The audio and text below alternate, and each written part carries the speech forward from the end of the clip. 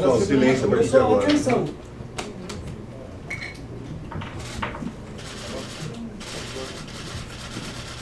bem?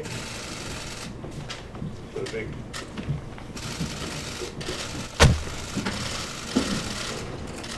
Obrigado. Tudo bem?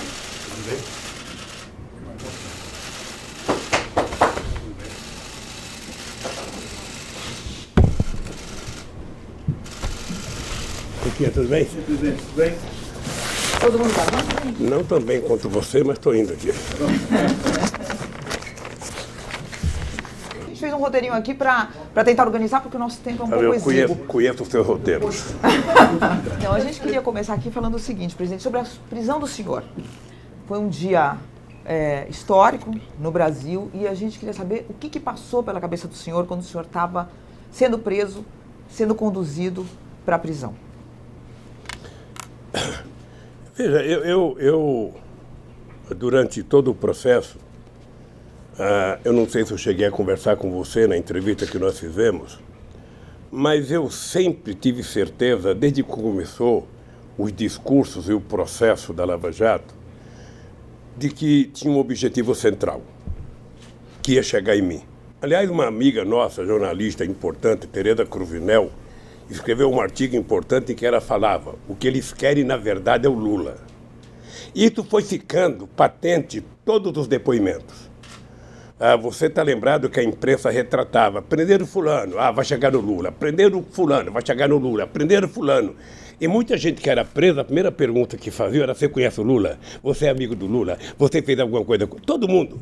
E eu sabia disso porque a imprensa retratava, sabia disso porque as pessoas contavam, sabia disso porque advogado conversava com advogado. E foi ficando patente que o objetivo era chegar em mim. Tinha companheiros no PT que não gostavam quando eu dizia isso. Sabe, eles vão chegar em mim e depois vão caminhar para criminalizar o PT. Né? Pois bem, quando ficou claro que o objetivo central era efetivamente... tinha muita gente que achava que eu deveria sair do Brasil, tinha muita gente que achava que eu deveria ir para uma embaixada, tinha muita gente que eu deveria fugir. E eu tomei como decisão, Mônica, que o meu lugar é aqui. Eu tenho tanta obsessão de desmascarar o Moro, desmascarar o Delayol e a sua turma, e desmascarar aqueles que me condenaram, sabe, que eu ficarei preso 100 anos. Mas eu não trocarei a minha dignidade pela minha liberdade. Eu quero provar a farsa montada. Eu quero provar, montada aqui dentro, montada no Departamento de Justiça dos Estados Unidos, com depoimento de procuradores, com filmes gravados, e agora mais agravado com, sabe, a criação da Fundação Criança Esperança do Delanhol, sabe, pegando 2,5 bilhões de reais da Petrobras para criar uma fundação para ele. Fora 6,8 bilhões da Odebrecht e fora não sei quantas outras coisas. Eu tenho uma obsessão. Você sabe que eu não tenho ódio, não guardo mágoa, porque na minha idade, quando a gente fica com ódio, a gente morre antes. Então, como eu quero viver, sabe, até os 120, porque eu acho que eu sou um ser humano que nasceu para ir até 120, eu vou trabalhar muito para provar a minha inocência e a farsa que foi montada. Por isso eu vim para cá com muita tranquilidade. Havia uma briga no sindicato aquele dia entre os que queriam que eu viesse e os que queriam que eu não viesse. E eu tomei a decisão, falei: não, eu vou lá. Eu não vou esperar que eles venham até mim, eu vou até eles, porque eu quero ficar preso perto do Moro. O Moro saiu daqui, mas eu quero ficar perto, porque eu tenho que provar a minha inocência. Mas, presidente, o senhor, concretamente, é um fato, pode ser que o senhor fique aqui para sempre. O senhor, mesmo assim, acha que tomou a decisão correta? Tomaria outra vez. O senhor já pensou que o senhor pode ficar aqui para sempre? Não tem problema. Eu tenho certeza que eu durmo todo dia com a minha consciência tranquila, que eu tenho certeza que o Delayol não dorme, tenho certeza que o Moro não dorme.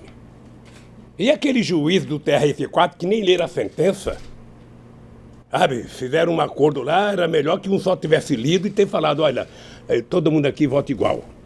Então eu quero, sinceramente, quem tem 73 anos de idade, quem construiu a vida que eu construí nesse país, quem estabeleceu as relações que eu restabeleci nesse país, quem fez o governo que eu fiz nesse país, quem recuperou o orgulho e a autoestima do povo brasileiro como eu e vocês fizemos no meu período de governo, não vou me entregar. Então eles sabem que eles têm aqui um pernambucano teimoso. Eu digo sempre, quem nasceu em Pernambuco e não morreu de fome até os 5 anos de idade, sabe, não se curva mais a nada. Você pensa que eu não gostaria de estar em casa? Adoraria estar em casa com a minha mulher, adoraria estar em casa com meus filhos, adoraria estar em casa com meus netos, adoraria estar em casa com meus companheiros, mas não faço nenhuma questão, porque eu quero sair daqui com a cabeça erguida como eu entrei, inocente. E eu só posso fazer isso se eu tiver coragem e lutar por isso. Presidente, recentemente o ministro Paulo Guedes disse que o senhor não cometeu nenhum crime, que o senhor não roubou. O ministro do Bolsonaro admitiu isso. Depois o Marco Aurélio disse, agora recentemente, que também não vê indícios de crime no triplex do Guarujá. E o Maurício Dieter, que é um dos maiores criminalistas, leu o processo e disse que também não tem crime material para sua condenação. O senhor acha que agora, com a devolução do dinheiro que foi pago pela sua esposa por esse triplex, o senhor pode tentar conseguir a sua absolvição? É possível isso? O senhor ainda acredita nisso? Por incrível que pareça, eu acredito. Você sabe que nessas coisas eu ainda continuo com a cabeça de Lulinha Paz e Amor. Eu acredito na construção de um mundo melhor, eu acredito no mundo de justiça. Veja, o que eu penso na vida? Eu penso que haverá um dia em que as pessoas que irão me julgar estarão preocupadas com os autos do processo, estarão preocupadas com as provas contidas no processo e não com a manchete do Jornal Nacional, e não com a capa das revistas, e não com as mentiras do fake news. As pessoas se comportarão como juízes supremos de uma corte que é a única coisa que a gente não pode recorrer. Sabe, que já tomou decisões muito importantes. Essa corte votou, por exemplo, célula-tronco contra uma boa parte da Igreja Católica. Essa corte já votou a questão da Raposa Serra do Sol contra os poderosos do arroz no estado de Roraima. Essa mesma corte votou a união civil contra todo o preconceito evangélico. Essa corte, ela votou as cotas, sabe, para que os negros pudessem entrar. Sabe? Então, ela já demonstrou que teve coragem e se comportou. Ora, no meu caso, a única coisa que eu quero é que vote com relação aos autos do processo. Eu não peço favor a ninguém, eu não quero o favor de ninguém, eu não quero, sabe? Eu só quero que as pessoas, pelo amor de Deus, julguem em função das provas, porque eu tenho certeza, o Moro tem certeza. Se as pessoas não confessar agora, no dia da extremunção a gente vai confessar. Ele tem certeza que eu sou inocente. Esse Delaiol tem certeza que ele é mentiroso e mentiu a meu respeito. Então, eu estou aqui, meu caro, para procurar justiça, para provar minha inocência, mas estou muito mais preocupado com o que está acontecendo com o povo brasileiro, porque eu posso brigar e o povo nem sempre pode. Presidente, só retomando a pergunta da Mônica do início, sobre a prisão, o senhor aqui, durante esse 1 ano, passou por 2 momentos de muita tristeza, que foi a morte do seu irmão e depois a morte do seu neto, Arthur. O que para o senhor, depois de viver isso, fica? Quer dizer, o que fica da vida do senhor? Olha, Florestan, eu vou contar uma coisa para você. Esses 2 momentos foram os mais graves. Eu poderia incluir a perda de um companheiro como o Sigmaringa Seixas, que é meu companheiro de dezenas e dezenas de anos. A morte do meu irmão Vavá, o Vavá era como se fosse um pai da família toda.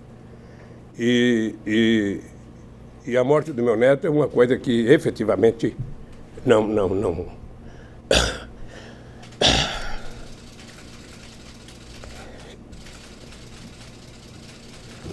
Eu às vezes penso que seria tão mais fácil que eu tivesse morrido. Já vivi 73 anos, poderia morrer e deixar meu neto viver. Mas não são apenas esses momentos que deixam a gente triste. Sabe, eu sou um homem que tento ser alegre, tento trabalhar muito para a questão do ódio, eu trabalho muito para vencer a questão do ódio, a questão da mágoa profunda. Eu, quando vejo essa gente que me condenou na televisão, sabendo que eles são mentirosos, sabendo que eles forjaram uma história, aquela história do PowerPoint, do seu Delayal, aquilo, nem o bisneto dele vai acreditar naquilo. Esse messianismo ignorante, sabe? Então, eu tenho muitos momentos de tristeza aqui, mas o que me mantém vivo, e é isso que ele tem que saber, eu tenho compromisso com esse país, eu tenho compromisso com esse povo, e eu estou vendo a obsessão que está acontecendo agora, a obsessão de destruir a soberania nacional, a obsessão de destruir emprego, a obsessão de juntar 1 trilhão para quê? As custas dos aposentados.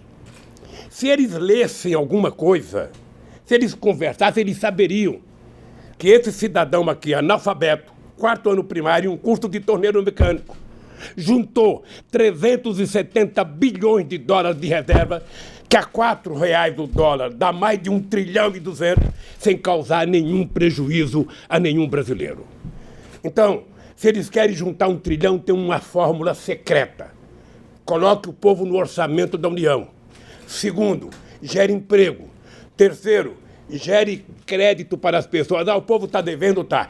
Tire todo o penduricalho da dívida do povo e ele paga apenas o principal no banco, você vai perceber que as pessoas voltam a poder comprar. Um país que não gera emprego, não gera salário, não gera consumo, não gera renda, quer pegar do aposentado e do velhinho 1 trilhão?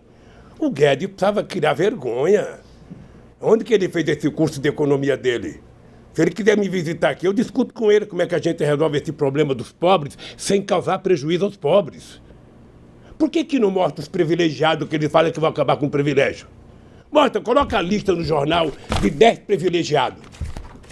Coloca o nome. CPF. Não, é o coitado, sabe? Que vai ter que trabalhar até os 65 anos, que vai ter que contribuir 40 anos, sabe? Ele não percebe que muita gente morre sem chegar à idade. Então, eu lamento profundamente o desastre que está acontecendo nesse país, e é por isso que eu me mantenho em pé. O dia que eu sair daqui, eles sabem.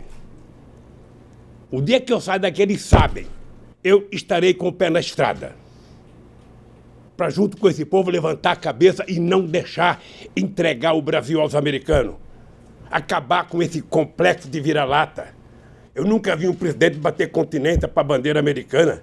Eu nunca vi um presidente ficar dizendo: eu amo os Estados Unidos, eu amo. Ama a sua mãe, ama o seu país. Que ama os Estados Unidos, que ama... Alguém acha que os Estados Unidos vai favorecer o Brasil? Americano pensa em americano em primeiro lugar, pensa em americano em segundo lugar, pensa em americano em terceiro lugar, pensa em americano em quinto, e se sobrar tempo, pensa em americano. E fica os lacaios brasileiros achando que os americanos vão fazer alguma coisa por nós. Quem tem que fazer por nós somos nós. Acabar com o complexo de vira-lata, levantar a cabeça, e a solução dos problemas do Brasil está dentro do Brasil. Presidente, a gente vai depois retomar essa questão de previdência e tudo. Eu só queria, para encerrar o capítulo da prisão, saber como que é a rotina do senhor. O senhor passa muitos momentos sozinho, é isso? Passo o tempo inteiro sozinho. E como que é? Porque eu já tive a oportunidade de entrevistar muitas pessoas presas, mas que tinham outras pessoas eu fico junto, sozinho, né? E o senhor, como é que é essa coisa do tempo não passar? Um pouquinho como é que é isso? Deixa eu te falar uma coisa. Eu leio, eu vejo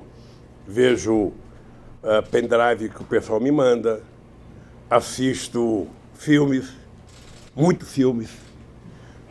série, muito discurso, muita aula. Eu, por exemplo, fiz na minha cela, que eu não trato de cela, eu trato de uma sala porque, sabe, é melhor.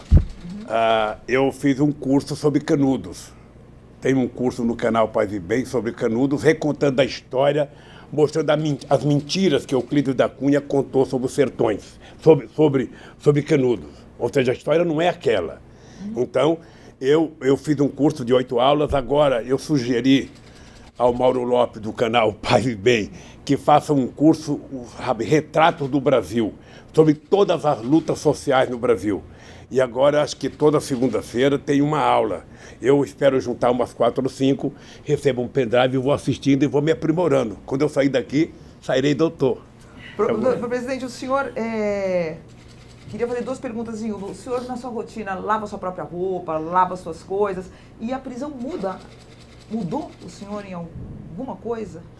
Deixa eu falar uma coisa para você. É engraçado porque eu sempre tive vontade de morar sozinho.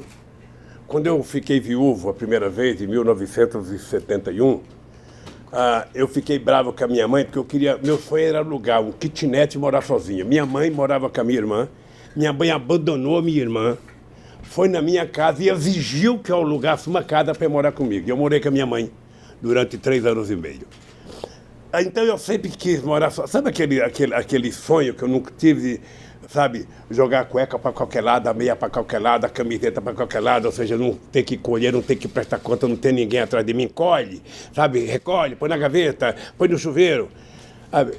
Hoje eu faço isso. Mas eu preencho meu tempo vendo muita coisa. Eu assisto reuniões. É o senhor que lava suas roupas, suas coisas? Não. Não. As pessoas trazem. Eu mando para o meu pessoal lavar. Tá. Mas eu curto a solidão tentando aprender, mentalizar a minha espiritualidade, sabe? Tentar gostar mais do ser humano. Tentar ficar um pouco mais humano, sabe? Eu acho que eu vou sair daqui melhor do que eu entrei, com menos raiva das pessoas, sabe?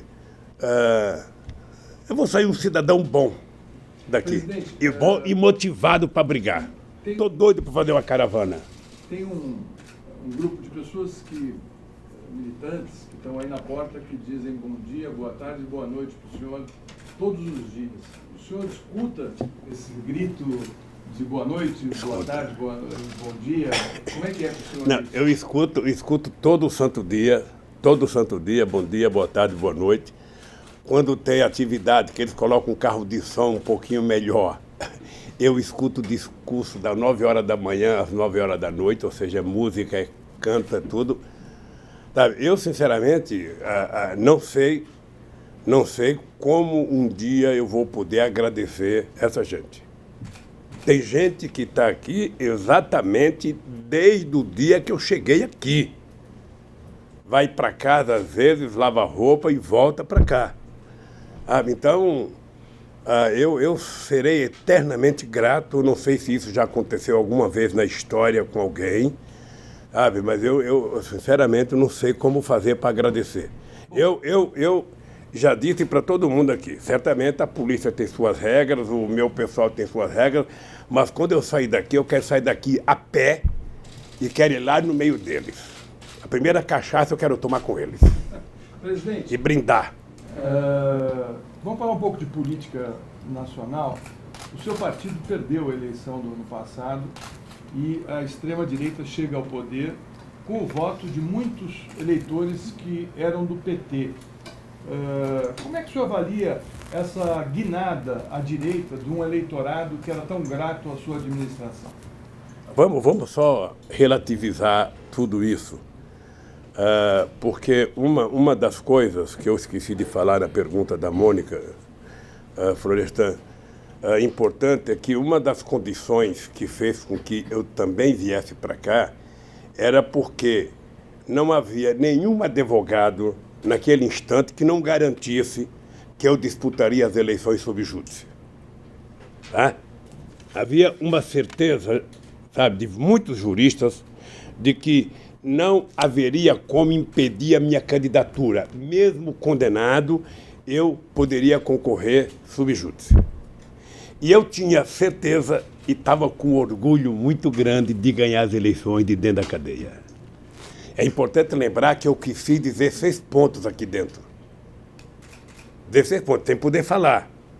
Aí, quando o ministro Barroso fez aquela loucura, sabe, que eu tive que assinar uma carta dizendo para o Haddad ser o candidato, ali eu senti que nós estaríamos correndo risco, porque a transferência de voto não é uma coisa simples, não é uma coisa automática. É uma coisa que leva tempo e eu também tinha certeza que o Haddad poderia representar muito bem a candidatura, como ele representou muito bem a candidatura. Sabe? Nós tivemos uma eleição atípica no Brasil, vamos ser francos.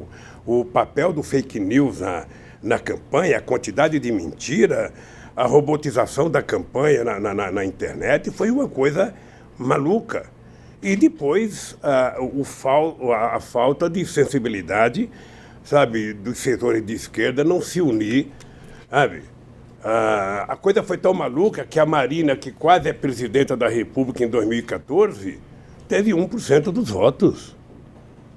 Sabe? A coisa é tão maluca, sabe, que muita gente, e eu respeito o voto do povo, o povo não é bom só quem vota em mim, eu respeito o voto do povo, qualquer que seja o voto do povo e tal, mas a verdade é que o povo votou, sabe? Eu nunca tinha visto o povo, eu não pude nem votar, então conto um voto a menos para o Haddad, que foi o meu que eu não pude dar. Eu nunca tinha visto o povo com tanto ódio nas ruas. Eu fui muito a estádio de futebol. Todo mundo sabe que eu sou corintiano. Eu ia com palmeirense, com santista, com São Paulino, a gente brincava, brigava. Sabe? Mas agora era uma loucura, era uma questão de ódio. E eu tenho acompanhado por leitura, está no mundo inteiro assim. Está no mundo inteiro, ou seja, a política está efetivamente demonizada e vai se levar um tempo muito grande para a gente poder tratar a política com mais seriedade. Veja o caso do Brasil, só para ter uma ideia do caso do Brasil. O que você tem visto nesses 4 meses? Eu não esperava que o Bolsonaro fosse resolver o problema do Brasil em 4 meses. Só propõe, sabe, a fazer análise de 100 dias quem nunca governou. Sabe, quem acha que em 100 dias pode apresentar alguma coisa, realmente ele não aprendeu a sentar a bunda na cadeira. E depois com a família que ele tem. Com a loucura que tem, quer dizer, o inimigo central dele, além do PT, o PT é o primeiro inimigo dele, é o vice. Sabe, quer dizer, é uma coisa loucura. Ele passa a agredir os deputados, depois tenta agradar os deputados, ele diz que está fazendo a nova política, e a política que ele faz é a mesma, porque ele é um velho político, ou seja, então o país está subordinado à desgovernabilidade, à ingovernabilidade. Ou seja, o Brasil está desgovernado. Ele até agora não sabe o que fazer. E quem dita regras é o Guedes. Sabe? O homem de 1 milhão. A única coisa que o povo sabe de 1 trilhão. Sabe? Todo santo dia. Eu vejo o Jornal das 7, vejo o Jornal das 8, vejo o Jornal das 9, o Jornal das 11, o Jornal da meio-dia, o Jornal das 7, em todos os canais. Nunca vi tanto jornal na vida. É tudo a mesma coisa. Parece as sentenças que dão contra mim. É tudo a mesma coisa. E é tudo a reforma da Previdência. Fez a reforma da Previdência, acabou o teu problema. Mônica, acabou o problema do Brasil. Acabou o problema, todo mundo vai ficar maravilhosamente bem. E eu acho que todo mundo vai se lascar se for aprovada a Previdência tal como ele quer. Se a Previdência precisava de reforma, você senta com os atores, senta com os trabalhadores, senta com os empresários, senta com os aposentados, senta com os políticos e encontra uma solução para arrumar aonde tem que arrumar. Ainda falando da derrota, quer dizer, mesmo analistas internacionais, tudo que está ocorrendo no mundo, há um diagnóstico de que a democracia acabou que não entregou, né, em todos os lugares para a população. A população tem motivos para se voltar contra. E eu queria saber que recado que o senhor pegou dessa derrota, quer dizer... dá pra gente culpar a Globo, dá pra gente culpar esse, aquele, mas também tem a responsabilidade do próprio PT, do senhor, porque vocês ficaram muito tempo no poder, houve corrupção de fato, muitas coisas foram comprovadas. Que autocrítica que o senhor faz, a famosa autocrítica? Não, mas sério, se depois de todo esse tempo a gente pode ter do senhor alguma avaliação dos erros do PT e de como o PT agora, sem o senhor, pelo menos durante um tempo, vai para frente? Ou se continua hegemônico Mônica, nesse campo de centro-esquerda? O PT, obviamente que nós reconhecemos que perdemos as eleições. Nós perdemos as eleições. Agora é importante lembrar a força do PT. Porque só eu, pessoalmente, tenho mais de 80 capas de revista contra mim. Quando eu fui preso, eu tinha 80 horas de Jornal Nacional contra mim. mais 80 horas da Record, mais 80 horas do SBT, mais 80 horas da Bandeirantes, mais 80 horas de um monte de coisa. E eles não conseguiram me destruir. Isso significa que o PT tem uma força muito grande. O PT não foi destruído, o PT perdeu uma eleição. Mas o PT provou que é o único partido que existe nesse país enquanto partido político. Quando você falar de partido político no Brasil, você lembra do PT. O resto é sigla de interesses eleitorais em momentos certos. Quem acabou foi o PSDB. Esse acabou. Esse foi dizimado. Então, veja. Então, o PT perdeu as eleições. Acho que o PT, deve ter cometido erros durante os nossos governos. Devemos ter cometido erro. A parte da corrupção, presidente. Você veja, o Ayrton Senna cometeu um erro só e morreu. A parte da corrupção. O que Ela pode ter a vida. Agora, se ela foi a vida, que se faça prova.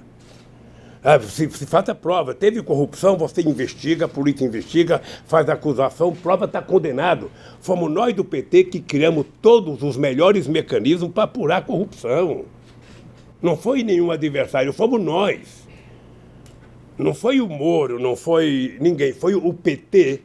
No governo Lula e no governo Dilma, na administração Márcio Tomás Bastos e Tasso Genro, mais o Zé Eduardo Cardoso, que criou todos os mecanismos para garantir fortalecimento da Polícia Federal, com investimento em mais gente, mais inteligência, fortalecimento e independência do Ministério Público, a transparência que nós criamos, Mônica, que eles acabaram agora.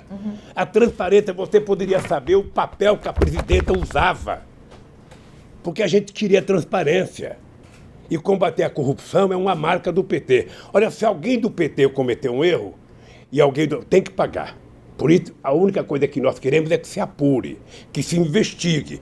Na hora que for investigado e for julgado, foi condenado. Um pouco, meu colega. Eu falo por Depois mim. Ele vai ter 3 perguntas para fazer. Eu falo por mim. Por mim eu falo o seguinte, eu desafio Moro, desafio Delenhol, desafio 209 milhões de brasileiros, inclusive você, que é minha jornalista, a provar a minha culpa.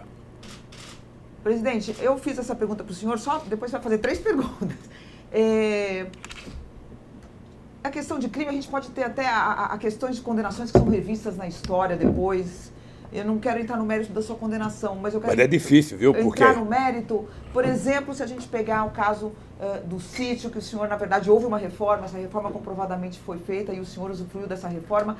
Ainda que não haja crime aí, isso é uma questão que a justiça vai decidir, não é um erro, não houve erro. Não, o senhor não admite nenhum erro, presidente. O senhor não acha que poderia ter sido mais cuidadoso? Deixa eu falar uma coisa para você. Eu poderia ter aceito nunca ir àquele sítio.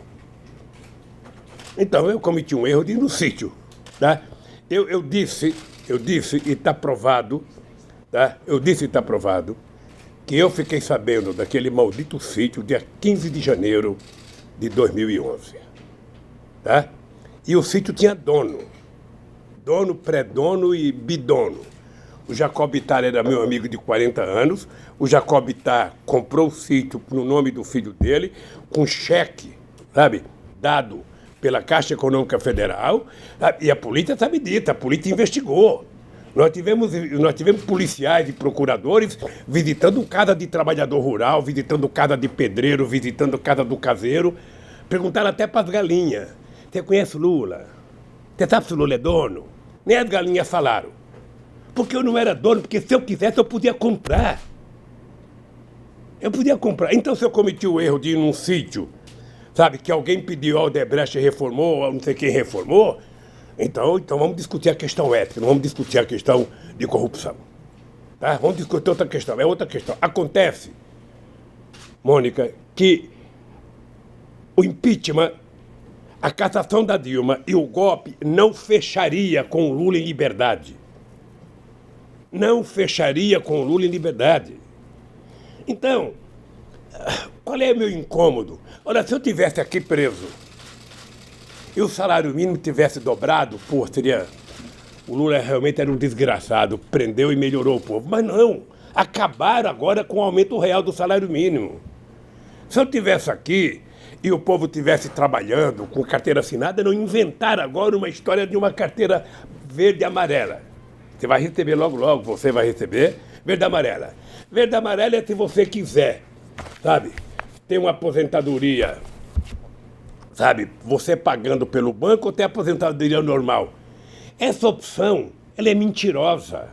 Nenhum empresário vai contratar um trabalhador que não esteja com carteira verde e amarela. Foi assim no Fundo de Garantia. Eu estava dentro da FARC em 1967. O patrão chegava e dizia, você vai fazer opção para o Fundo de Garantia ou vai ficar na estabilidade? Vou ficar na estabilidade, então fora. Era assim. Então essa gente pensa que o povo é imbecil para ficar mentindo o tempo inteiro para o povo. Você, quando fala autocrítica para mim, eu acho que nós devemos ter muito erro. Eu, por exemplo, tive um erro grave. Eu poderia ter feito a regulamentação dos meios de comunicação. Nós fizemos um congresso em 2009, aprovamos um congresso, só participou a Bandeirante e uma outra rede TV, se não me falha a memória, sabe? Participou, nenhuma outra televisão participou muitas rádios, e nós preparamos em junho de 2010 uma regulamentação do meio de comunicação. Ao invés de dar entrada no congresso, porque ia ter eleição, eu falei, não, vamos deixar para o novo governo. E deixei para o novo governo. A razão pela qual a Dilma ou o Paulo Berardo não entrou, eu não sei. Mas essa é uma autocrítica que eu faço. Uma autocrítica que eu faço. Agora, pergunto o seguinte, imagina se todo mundo nesse Brasil fizesse uma autocrítica. A elite brasileira deveria estar agora fazendo autocrítica. Puxa vida, como é que a gente ganhou tanto dinheiro no governo do Lula? Como é que o povo pobre vivia tão bem? Como é que o povo pobre estava viajando para o Piauí, para Sergipe, para Garanhuns de avião, e agora nem de ônibus pode viajar? Sabe? Vamos fazer uma autocrítica por causa do que aconteceu em 2018 na eleição. Vamos fazer uma autocrítica geral nesse país. O que não pode é esse país estar governando por esse bando de maluco que governa o país. O país não merece isso e, sobretudo, o povo não merece isso. Presidente, a Odebrecht admitiu ter pago 29 milhões de propina no Peru entre 2005 e 2014, em troca da obtenção de contratos. Ao todo, a Transparência Internacional destaca que houve uma espécie de fordismo de corrupção com 788 milhões de dólares distribuídos em 12 países e que o esquema da Odebrecht foi facilitado pelo apoio do BNDES para suas operações que contavam sempre com a sua abertura de portas para a empresa. Todo o esquema global contava com financiamento ilegal de campanhas nos diferentes países, sempre aliados do PT e do Brasil. O senhor tinha ciência dessas empresas? Quem é que está falando isso? A Transparência Internacional. Com base no quê? Eu não sei, eles levantaram esses dados. Levantaram, deve ter lido o jornal o Globo. Só pode ser, porque deixa eu lhe contar uma coisa. Deixa eu contar uma coisa para você que é um jornalista inteligente. O presidente da República, ele não tem como interferir na burocracia do BNDES para empréstimo. O BNDES foi criado para financiar o desenvolvimento brasileiro. E eu lembro que no tempo do Fernando Henrique Cardoso, quando eu fiz a campanha em 2006, o Alckmin tentou dizer o Lula financia o metrô de Caracas, sabe, enquanto não financia o meu aqui. E eu lembrei para ele que quem tinha feito o acordo para financiar o metrô de Caracas era o Fernando Henrique Cardoso, e fez bem. Porque quando o Brasil financia o desenvolvimento de um país através do BNDES, o Brasil está exportando serviço, está exportando engenharia, está exportando máquina, está vendendo coisa para lá. Você percebe? É um ganho extraordinário para um país que quer ter importância no mundo. Então, o BNDES tem uma burocracia em que o presidente da República não decide. Tem uma coisa chamada COFIEX e COFIG, sabe? Que participa ministro da Relações Exteriores, ministro da Fazenda, ministro do Planejamento. 500 ministros participam para tomar as decisões. Só quem não participa é o presidente da República. O presidente não sabe dessas coisas. E eu sou favorável que o BNDES empreste dinheiro para o desenvolvimento dos países africanos, dos países latino-americanos. Eu estou favorável. O senhor se sente injustiçado por esses empresários? Porque eles cresceram muito e se tornaram multinacionais e depois fazem delações premiadas contra o PT e contra o senhor. Deixa eu falar uma coisa. Contra mim, eu não fico com raiva não pelo seguinte, olha. Eu tenho desafiado os empresários a dizerem quem é que me deu 5 centavos. O Léo, que é o rapaz que está preso aqui, que fez a denúncia contra mim, ele passou 3 anos dizendo uma coisa, Depois ele mudou o discurso, meu advogado perguntou por que ele tinha mudado, ele falou, meu advogado me orientou. E o que ele falou, Lula sabia. Agora o que está provado? A OAS gastou 6 milhões de reais para pagar a funcionário da OAS para uniformizar o discurso dos funcionários com a delação. Então como é que eu posso levar a sério isso? Eu não posso levar a sério.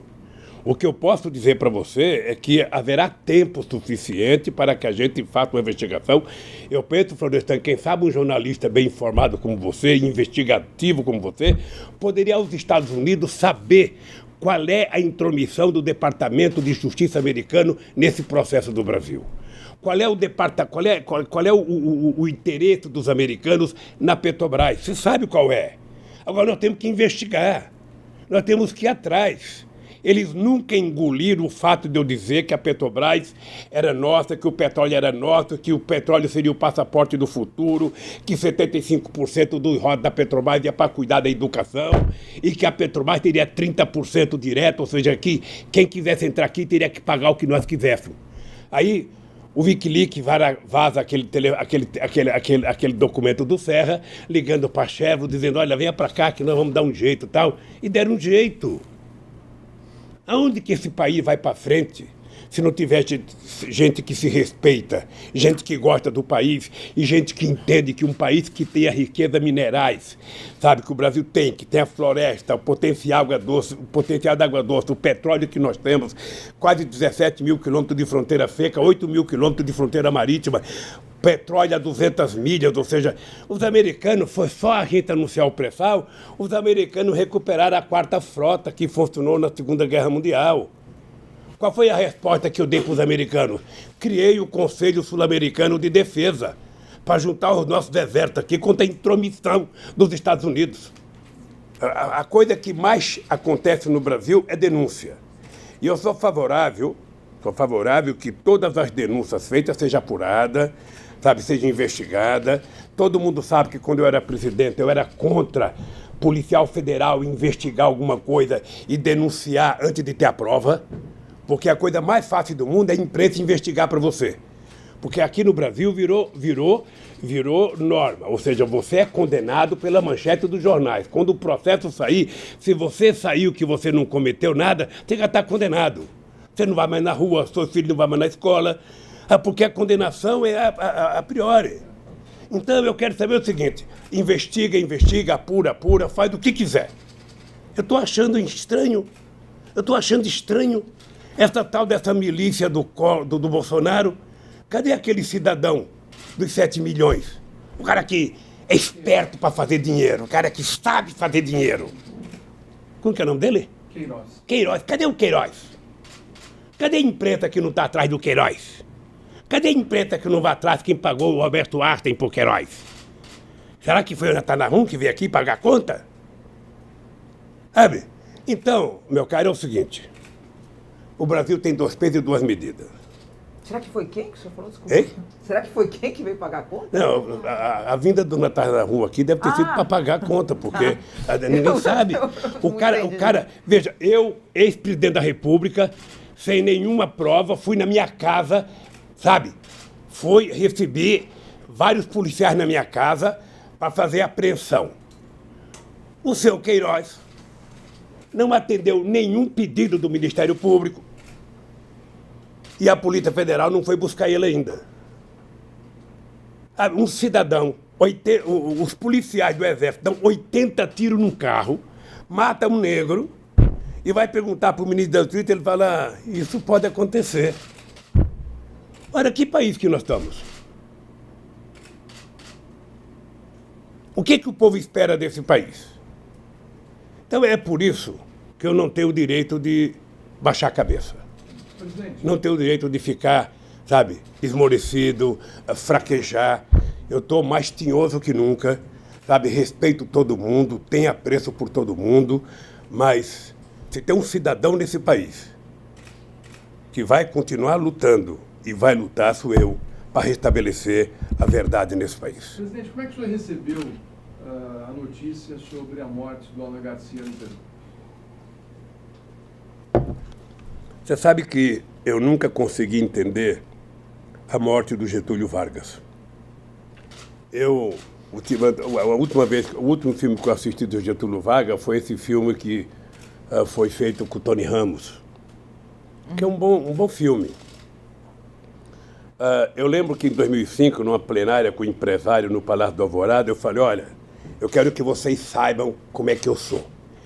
Eu não vou me matar porque não tenho vocação de Getúlio. Eu não vou correr porque não tenho vocação de pedir asilo político. Se alguém quiser me pegar, vai pegar nesse país. E vai me pegar na rua, porque eu vou enfrentar na rua. E comecei a ir para a rua. Isso foi em junho de 2005. Quem quiser me pegar, vai para a rua.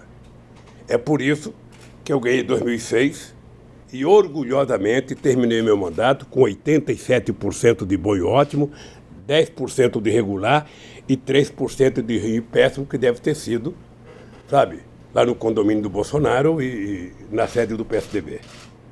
Então, eu efetivamente estou convencido que nós temos que lutar hoje muito mais do que já lutamos. O Alan Garcia, ele teve uma reação psicológica que muita gente tem. O nosso reitor da Universidade Federal de Santa Catarina, não é todo mundo que aguenta. Você quer saber de uma coisa? A Marisa morreu por conta disso. Quem está falando é um homem de 73 anos de idade, perto de fazer 74. A dona Marisa morreu por conta do que fizeram com ela e com o filho dela. Tá? A dona Marisa perdeu motivação de vida, a dona Marisa não saía mais de casa, a dona Marisa não queria mais conversar nada. Ou seja, ela morreu, o AVC dela foi por isso. Agora, não pense que por causa disso eu vou ficar com o meu coração cheio de ódio. Não, aqui tem muito lugar para amor. O ódio eu vou colocando num cantinho bem escondido. E o Alan Garcia não deve ter suportado. Eu não sei, eu não leio imprensa peruana, não sei qual era a carga que se fazia contra ele. Sabe? Mas o Alan Garcia era um homem que tinha saído muito mal do governo. O Peru tem uma coisa engraçada. O Peru é um país que cresce a 5% ao ano, na mão do Toledo cresceu, na mão do Alan Garcia, e eles terminam o mandato com 10% de aprovação, com 5% de aprovação. Por quê? Porque como eles exportam tudo para os Estados Unidos ali perto, eles crescem, mas não tem distribuição de renda. Então o país cresce a 5% e a miséria cresce a 10%. Sabe? Então a miséria vai sempre na frente do crescimento. Então, eles não conseguiram ter candidato, nem o Toledo e nem o Alan Garcia conseguiram ter candidato nas eleições. Então, eu, sinceramente, não sei como é que se matou. Deixa eu falar uma coisa para você, tem que ter muita decisão. Eu sei o que eu passei. Você não tem noção do que é você passar 6 meses esperando todo santo dia que a polícia fosse na tua casa. Todo santo dia. Todos, não é um dia, não, são 6 meses. E de repente você vê a polícia chegar na tua casa, com uma disfarçatez, todo mundo com máquina fotográfica pendurado no peito, para tirar fotografia. Deveriam ter mostrado a quantidade de dólar que acharam na minha casa. Deveria ter mostrado a quantidade de joias que acharam da dona Marisa. Deveria ter tirado foto e colocado para Globo. Enfiaram o rabo no meio das pernas porque não encontraram nada.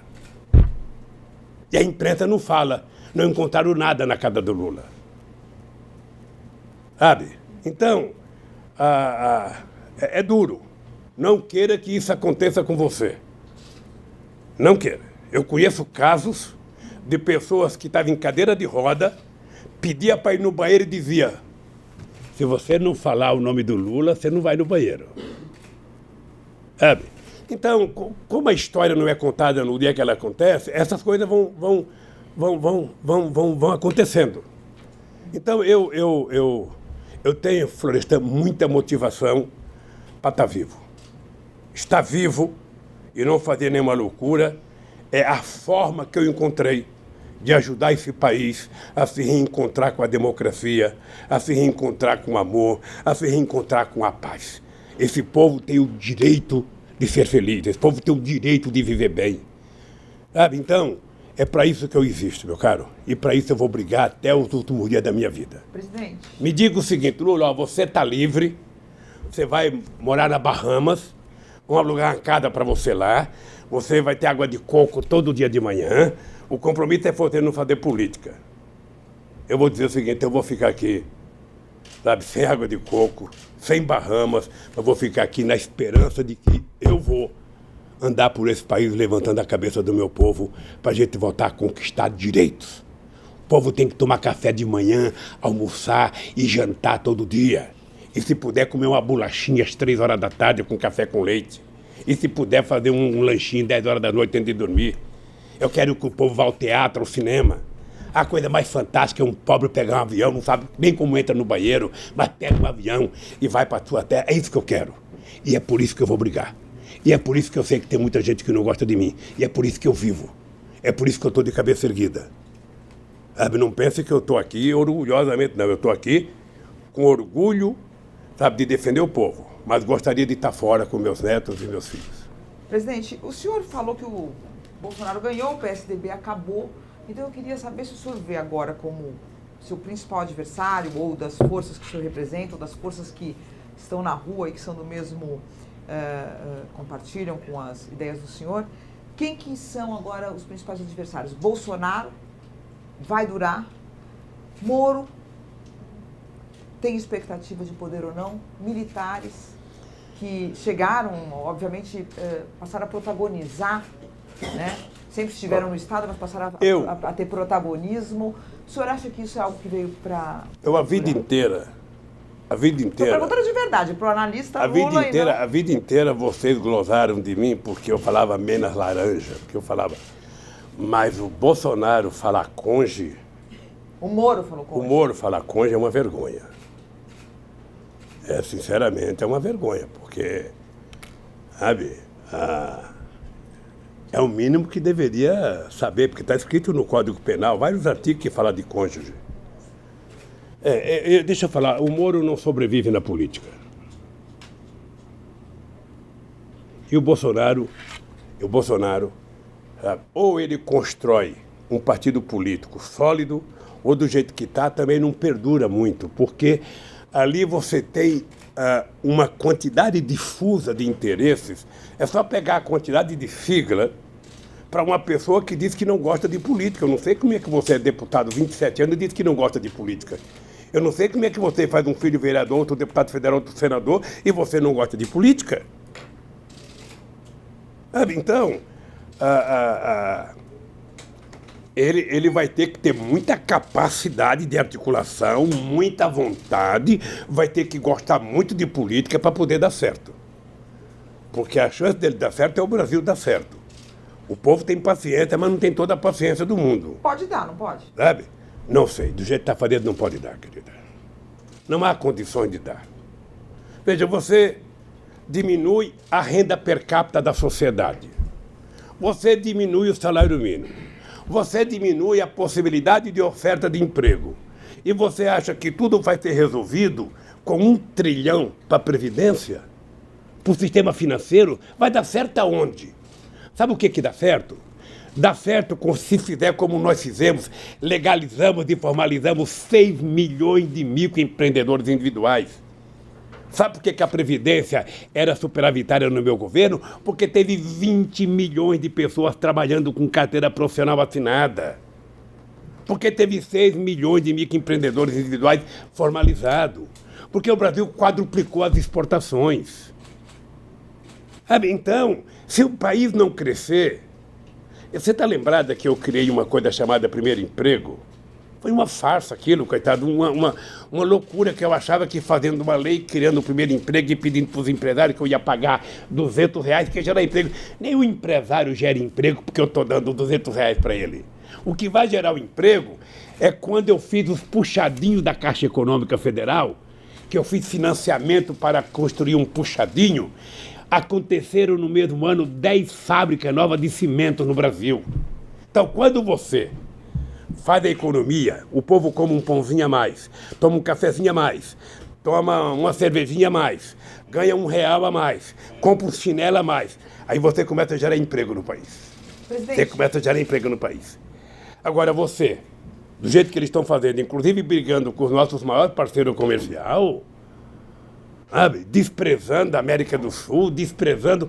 O nosso comércio com a Argentina é maior do que com todos os países da Europa. Como é que você vai desprezar o nosso comércio com a Argentina, o Mercosul? Esse cara não entende de nada. Mas também o ministro que ele tem das Relações Exteriores, sabe?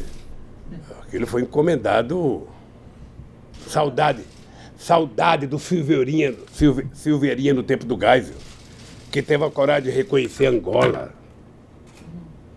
Sabe, esse cidadão que está aí, sinceramente, o Celso Amorim deve essa para nós. Como é que deixou um cara desse na carreira do Itamaraty? Presidente, só para retomar, e os militares, presidente? Que eu perguntei de Moro, Bolsonaro... Sabe uma coisa que eu tenho vontade? Quando eu sair daqui, eu quero conversar com os militares.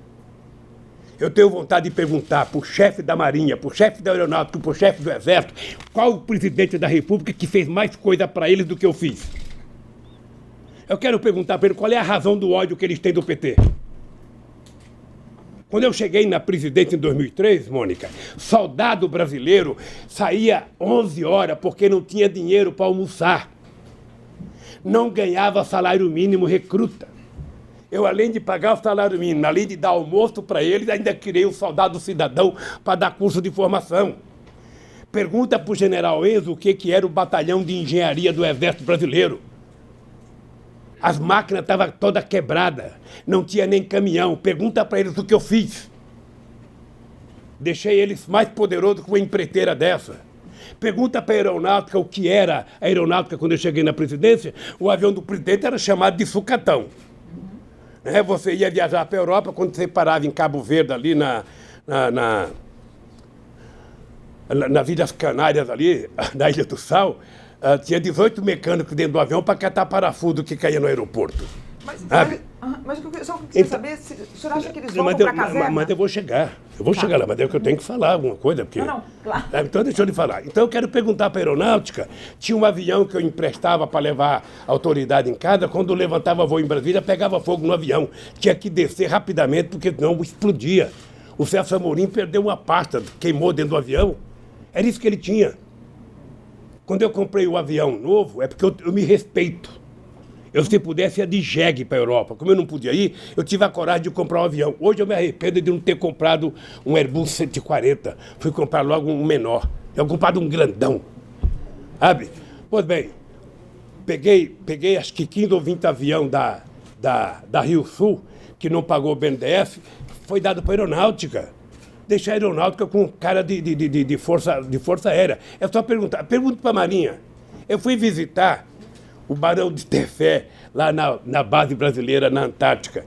Eu cheguei lá, um país grande não pode ter um navio de pesquisa daquele. Se o cara entrasse com a barriga, a bunda ficava para fora do lugar que tem que fazer pesquisa. Sabe? Nós autorizamos o almirante comprar um navio decente. Caparaó, por exemplo, o governo não dava dinheiro para enriquecer urânio. Pergunta para ele quem foi que garantiu 30 milhões por mês para Caparaó funcionar. Então é o seguinte, eu não sou contra militar fazer política, não. Militar quer fazer política, sai do exército, vai para a reserva, sabe? Aliás, é importante lembrar que a política no Brasil começou com o Marechal Deodoro da Fonseca. Eles fazem política no Brasil, eles só não tiveram participação no poder decisivo no governo Fernando Henrique Cardoso e no meu governo. No entanto, eles tiveram. E no da Dilma também. Então, parecia que eles voltaram para a caserna e agora mas veja, e o Mourão? Eu acho que se você tiver um militar competente, e ele for tecnicamente competente e especialista numa coisa, não tem problema que ele vá para o governo. O senhor acha que Agora, o que não pode é do jeito que está. Não dá. Não dá. Eu não sei a qualificação das pessoas, sabe, que estão lá. Eu não conheço. Agora mesmo eu vi no noticiário de ontem que o ministro do Meio Ambiente desmanchou não sei o que lá no Chico Mendes e colocou não sei quantos cabos, soldado, militar, não sei para quanto. Olha, para cuidar de meio ambiente, você coloca gente especialista. Você já tem os especialistas da Polícia Federal, você tem os especialistas do Ministério Público, coloca técnico, coloca, sabe, que militarizar o governo. O senhor conhece? Então, eu não sou contra eles participar, não. Tá. Agora, militar tem que saber que eles têm um papel a cumprir pela Constituição. O militar tem que cuidar dos interesses desse país e da defesa da nossa sociedade contra possíveis inimigos externos. Nós temos quase, entre fronteira seca e fronteira marítima, quase 22 milhões de quilômetros quadrados. É muita coisa para os militares cuidar. Muitas coisas. A burocracia, Queria que o senhor falasse vamos do deixar para a Mourão. O senhor tem burocrata. acompanhado os movimentos do general Mourão? Eu não posso falar porque eu também não conheço o Mourão. Eu não posso falar. Eu sou agradecido, por exemplo, de um gesto dele na morte do meu neto. Sabe? Ele foi um cara que disse, diferentemente do filho do Bolsonaro, que postou uma série de asneiras no Twitter, ele foi um cara que deu uma declaração de que era uma questão humanitária eu ir visitar meu neto. Eu estou vendo a briga, eu vou acompanhando a briga. Ninguém nunca mais, Mônica, ninguém nunca mais, presta atenção, ninguém nunca mais vai ter nesse país uma dupla harmônica como Lula e Zé Alencar. Sabe? Um sindicalista e um empresário. Sabe? Que fez esse país ter orgulho, que fez esse país crescer. Eu duvido, Mônica, que tenha um empresário nesse país ter sido tratado com mais respeito por qualquer governo do que por mim. Duvido. A diferença é que eu tratava ele bem, mas também tratava o sem terra, tratava o sem casa, tratava os moradores de rua, tratava, sabe? Tratava a sociedade brasileira. Então, eu posso te dizer, Mônica, esse povo é a minha motivação. Eu quero que você saia daqui e você retrata o seguinte: você não conversou com o cidadão alquebrado. Você conversou com um cidadão que tem todos os defeitos que um ser humano pode ter, mas tem uma coisa que eu não abro mão. Isso eu aprendi com a dona Lindu, que nasceu analfabeta e morreu analfabeta.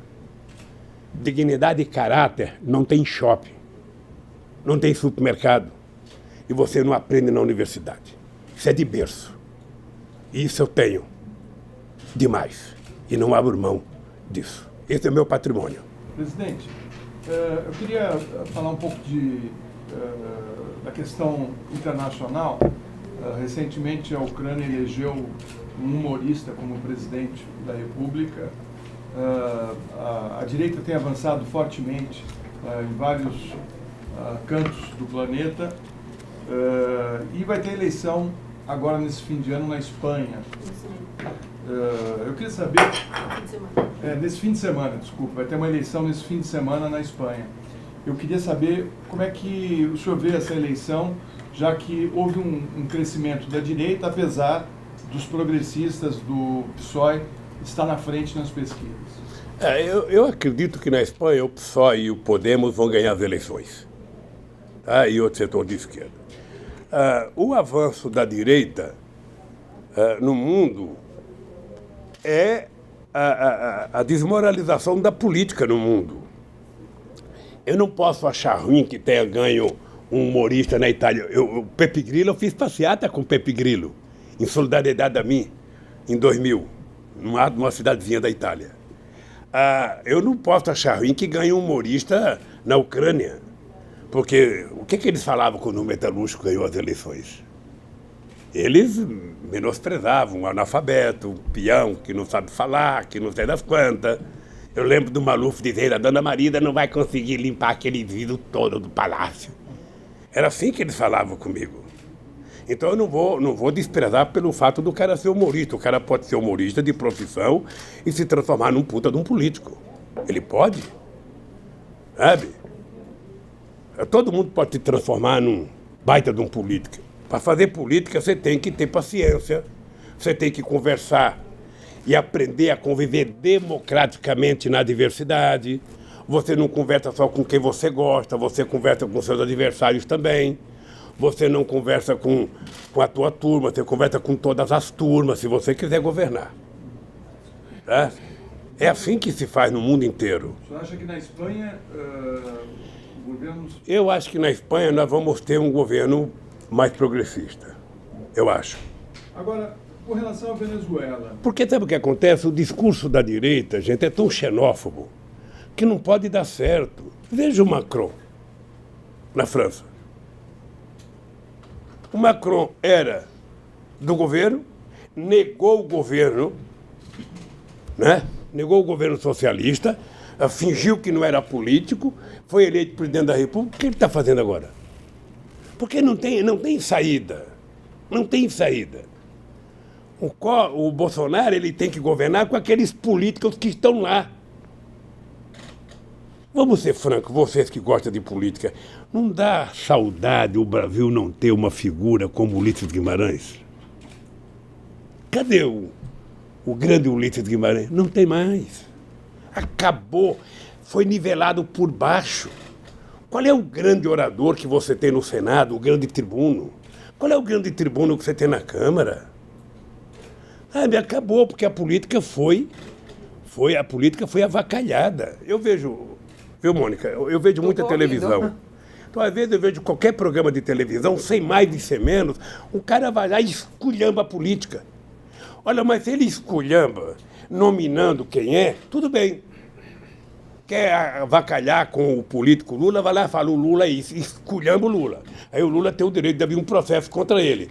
Mas o cara generaliza, sabe, a política como se fosse um só, o povo vai desacreditando, Como é que você acha que o povo reage assistindo o Jornal Nacional e meia hora, todo santo dia, falando de corrupção?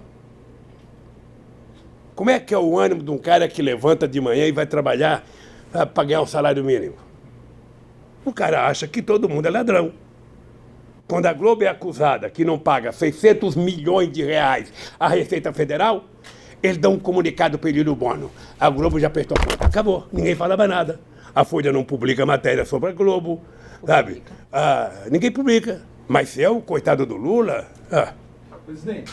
Imagina se os milicianos do Bolsonaro fossem amigos da minha família. Presidente, deixa eu garantir aqui mais duas perguntinhas da área internacional. Com relação à Venezuela, né, o senhor teve uma relação muito boa quando o senhor era presidente com o Chávez, com o Hugo Chávez, e depois que o Chávez saiu, a Venezuela entrou numa crise profunda e hoje vive um embate que está sendo muito ruim para a população e para o país, com muitas pessoas deixando a Venezuela e vindo para o Brasil, fugindo da pobreza e da falta de perspectivas. Como é que o senhor vê a questão da Venezuela e quais saídas que existiriam para se preservar a democracia e o desenvolvimento da Venezuela hoje? Só te contar um pequeno caso. O primeiro contato que eu tive com o Chávez foi pelas mãos, depois que o Chávez virou presidente. Quando ele não era presidente, ele foi no Fórum de São Paulo, em El Salvador, e nós do PT, eu e o Marco Aurélio, não deixamos ele participar porque ele era golpista. Então a gente resolveu não deixar ele participar porque ele está tentando dar o golpe na Venezuela. Depois, quando ele foi presidente e que derrubaram ele, ele voltou para o governo e o Fernando Henrique Cardoso me liga e fala para mim se eu atenderia um telefonema do presidente Chávez. E me explicou o que era. Me explicou o seguinte: o Chávez está pedindo um navio de combustível, porque está em greve os trabalhadores da PDVSA, e o Chávez está pedindo para o Brasil emprestar um navio de gasolina para ele. Eu, por mim, empresto, Lula, mas como você já ganhou as eleições, embora não tenha tomado a posse, eu disse para o Chávez que é você que decida. Aí o Chávez me liga e eu decidi mandar o avião de gasolina para ele, o navio de gasolina. Foi a primeira vez. O Chávez era uma figura estupenda. Era voluntarista, eu tinha discordância política com o Chávez, mas era uma figura encantadora, sabe? Era aquele cara que fazia você se sentir bem em qualquer lugar, mas ele era muito voluntarista, sabe? Era complicado. Eu, Celso Amorim, pode te contar. Eu tomei posse dia 1º de janeiro, dia 21 de janeiro, eu já tive que criar um grupo de amigos para resolver o problema da Venezuela.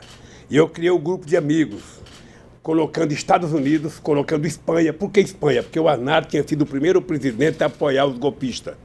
Eu coloquei os Estados Unidos, que era o inimigo deles, coloquei a Espanha, o Brasil, acho que a Argentina, eu não sei se a França, eu não sei o estreito. E quando eu coloquei, o Fidel Castro ficou muito nervoso. e falou porque vocês estão entregando a Venezuela para o imperialismo, porque não pode ter um grupo de amigos com os Estados Unidos. Eu falei, ô Fidel, deixa eu falar uma coisa para você. O grupo de amigos que nós estamos criando não são amigos do Chávez, são amigos da Venezuela, da democracia. Então tem que ter gente que a oposição leve em conta. Os americanos eram levados em conta pela oposição, o Aznar era levado em conta. E o que aconteceu? Deu certo. Negociamos, houve o referendo, participou o Jimmy Carter. O cara que participou dos Estados Unidos era o Colin Powell, que tinha uma belíssima relação com o Celso Amorim.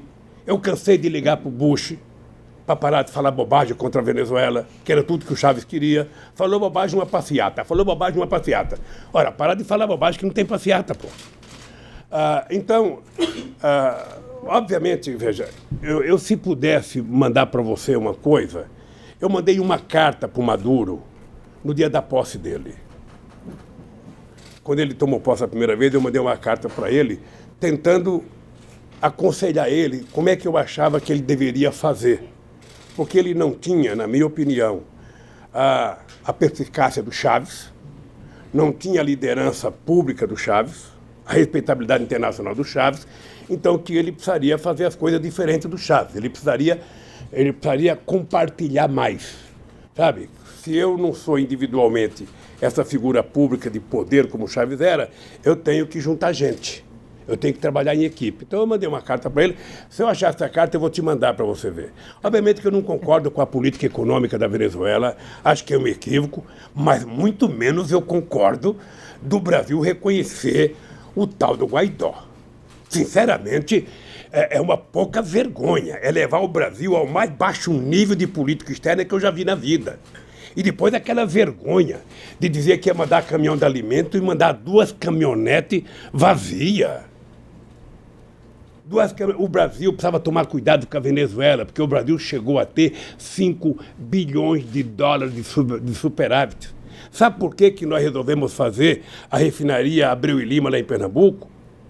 Porque era preciso que a gente importasse alguma coisa da Venezuela, porque estava muito desbalanceado. Ninguém pode fazer comércio tendo superávit muito alto. O Brasil tinha quase 5 bilhões, eles não produziam nada. Comprava tudo do Brasil, até ovo.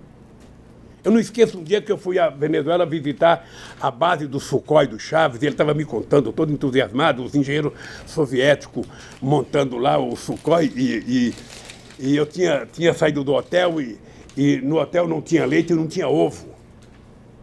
Eu falei, Chávez, você não sabe que a segurança alimentar é a arma mais importante para um país? Sabe, que quer fazer guerra, o povo tem que ter o que comer. Aí você gastou não sei quantos bilhões nisso aqui, e é capaz de ter uma guerra, você, o soldado, não poder guiar, porque está com fome. Eu não tinha leite nem coisa no hotel, Chávez. Sabe, não tinha nem leite, nem ovo, então é preciso cuidar, sabe, da Venezuela crescer. A Venezuela tem tudo, tem água, tem sol, tem energia, tem... A Venezuela poderia ser um país quase que autossuficiente, mas como a doença da vaca holandesa prevaleceu, então tudo depende da PDVSA. Como a PDVSA também não fez investimento em modernização, ela também não produz o tanto que deveria produzir. Mas eu não concordo, em hipótese alguma, com os Estados Unidos e a Colômbia querer se meter na Venezuela. Cada um se meta na sua vida, cada um cuide da sua vida e deixe o povo da Venezuela democraticamente escolher o seu dirigente. Se o povo quiser ir para a rua para derrubar, que vá para a rua e derruba, mas é o povo, não é o Trump que vai derrubar o governo da Venezuela. Então, é preciso apenas respeitar a autodeterminação dos povos.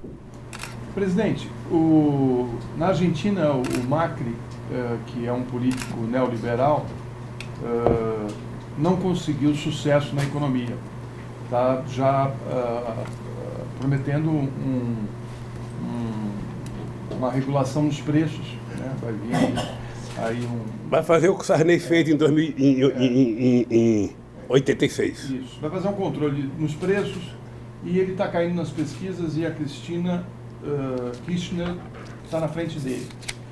Como é que o senhor analisa a eleição na Argentina? O senhor acha que a Cristina tem chances de voltar? Quais os caminhos que o senhor acha que a Argentina vai trilhar daqui para frente? Tudo que eu desejo é que a Argentina encontra o caminho da democracia. Eu convivi com o Kirchner, convivi com a Cristina, e eu acho que eles foram um bem enorme para o povo argentino. Eles, obviamente, que alimentaram o ódio da elite argentina, daqueles mesmos que apoiavam o cavalo quando era ministro da Fazenda e achava que os Estados Unidos iriam colocar, sabe, muito dinheiro na Argentina. Não colocou, quem colocou foi a seriedade do Kirchner e da Cristina, que ganharam a confiança do povo e fez a Argentina produzir, sabe, e ter uma economia forte. A fome votou na Argentina, o desemprego votou na Argentina, o povo votou para a rua. O neoliberalismo não dá certo em lugar nenhum do planeta Terra. Me prove em algum lugar. Todo mundo que fica aceitando a receita do ajuste fiscal não dá certo. Você quer diminuir a dívida pública no Brasil? Você gostaria de diminuir? Aumenta o crescimento econômico, aumenta o PIB, produz mais pão, mais feijão, mais arroz, mais carro, sabe? Mais salsicha, mais linguiça, mais carne, que você aumenta o PIB e cai a dívida pública. Então, eu estou torcendo para que a Cristina, se ela for candidata, ganhar as eleições. O povo argentino, na sua maioria, vai ser muito mais feliz. Presidente, como é que o senhor viu a declaração do César Battisti, que foi secretário de Estado, dizendo e admitindo que participou de 4 assassinatos? O senhor se arrependeu de ter tomado a decisão de deixar ele vivendo no Brasil? Eu não me arrependi porque eu não sabia. Veja, eu recebi informações através do Ministério da Justiça que tinha conhecido o processo e que ele não tinha crime. Com base nisso, o Tarso orientou a tomar a decisão. Nós tomamos a decisão. Ora, se depois disso ele assumiu o que fez, eu lamento profundamente. Aliás, eu não conheci o Battisti, porque eu acho que eu não fazia parte da turma que ele tinha confiança. Então esse cidadão ficou no Brasil, sabe? Foi preso na Bolívia, e eu não o conhecia, mas eu lamento profundamente que ele tenha confessado. Meu amigo Mino Carta tinha razão, porque o Mino bateu muito no PT por conta da decisão do PT. Entendeu? Que eu encontrei o Mino Carta, eu vou dar um abraço nele e falar: Mino, desculpa, você tinha razão com o tal do Battisti. Também não sei as condições que ele confessou, né? Também não sei, porque uma porradinha aqui, uma porradinha lá, um choquezinho aqui, outra acolá. Aí o cara termina falando coisa que eu não sei se falaria. Hein? Você acha que na... Não sei. Aí essa suposição é só maldade minha. Presidente, queria voltar um pouquinho para a política nacional. Como é que o senhor está vendo o quadro e como é que vai ser o PT com a esquerda? O senhor soube, né? Eu imagino que o senhor sabia que estou vendo que o senhor está informado de tudo. O Cid Gomes e o Ciro têm aquele bordão: Lula está preso, babaca. Isso não é bordão, isso é uma constatação. Eu estou preso, não precisava Você chamar. Não fica chateado, não? Só não precisava. Não, veja, só não precisava chamar os outros de babaca. Uhum. Mas dizer que o Lula está preso é apenas constatar. Só ler o jornal que vê que eu estou preso. Posso te dizer uma coisa carinhosa? Primeiro, eu acredito que a esquerda brasileira ela está acumulando um conjunto de pessoas muito importante. Vamos pegar o PT. O PT, apesar de algumas pessoas não gostarem do PT, o PT é um partido muito forte.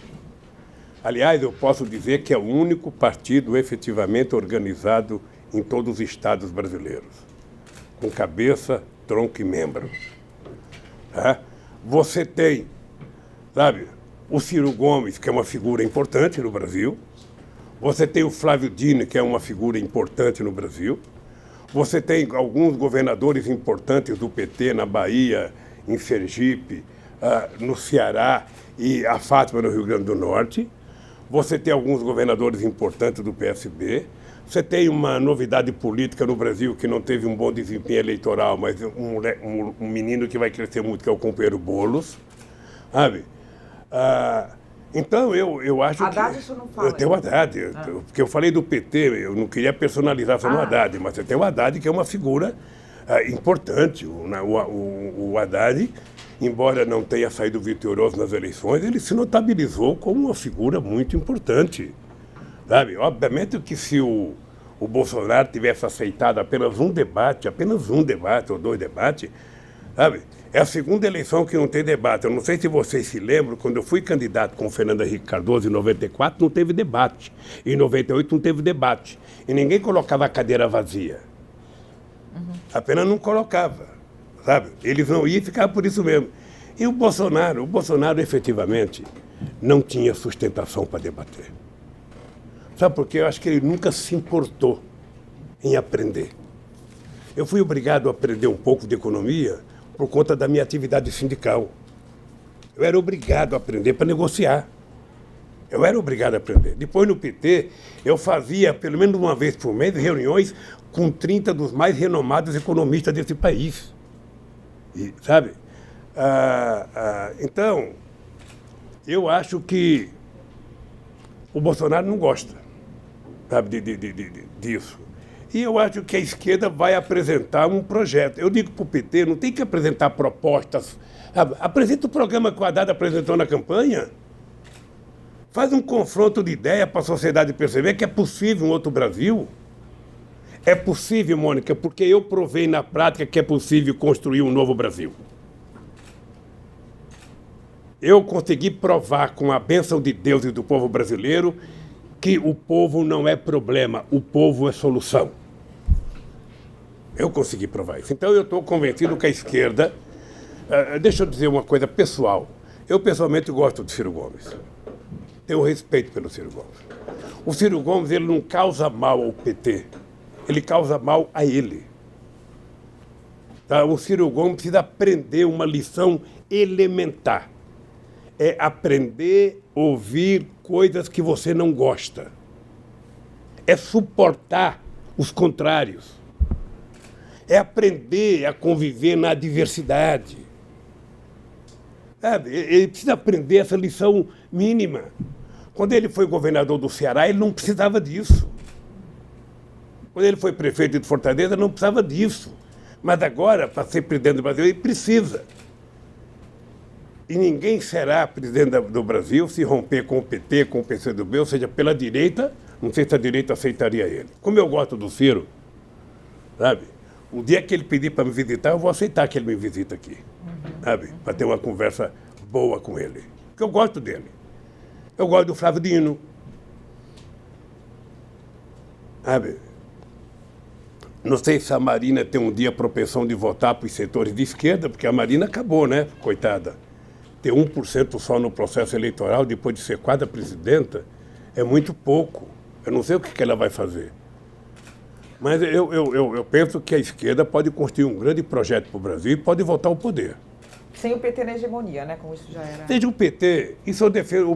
Por que o PT, de vez em quando, aparece como hegemônico? Você acha que um partido que tem 30% de voto vai começar abrindo mão da sua candidatura? Não vai. Como eu acho que o PT já teve presidente 4 vezes, eu acho que em algum momento o PT pode escolher um companheiro de outro partido político e ser candidato a presidente. Sabe? O PT pode participar do governo, o PT pode ter vice, o PT, sabe? Eu acho que tudo é possível. O que você precisa é não exigir que o PT abra mão sem apresentar uma proposta alternativa. Ó, se você tem 10%, eu tenho 30%, e você acha, bom, mas no segundo turno eu sou melhor do que você, no segundo turno eu sou melhor do que você, ou se você é melhor do que eu, por que você não ganha no primeiro turno? Eu lembro do Brizola em 89. O Brizola é uma pessoa que faz falta no Brasil hoje. Sabe, eu lembrei do Ulisses Guimarães, o Brizola é uma pessoa, uma raia de uma pessoa que faz falta. Sabe os velhos da política que fazem falta? A sabedoria política, não tem mais isso. Fernando Henrique, não? O Fernando Henrique Cardoso é o seguinte, o Fernando Henrique Cardoso não tem jogado um papel que o nome dele deveria merecer. Ele fala muito sobre quase tudo desnecessariamente. Sabe, eu, sinceramente, acho que ele poderia ter um papel, sabe, de grandeza para quem já foi presidente da República, para quem foi chamado de príncipe da sociologia. Ele poderia ter um papel mais respeitoso com ele mesmo, não é comigo. O problema do Fernando Henrique Cardoso é que ele nunca aceitou o meu sucesso. Ele me adorava no fracasso.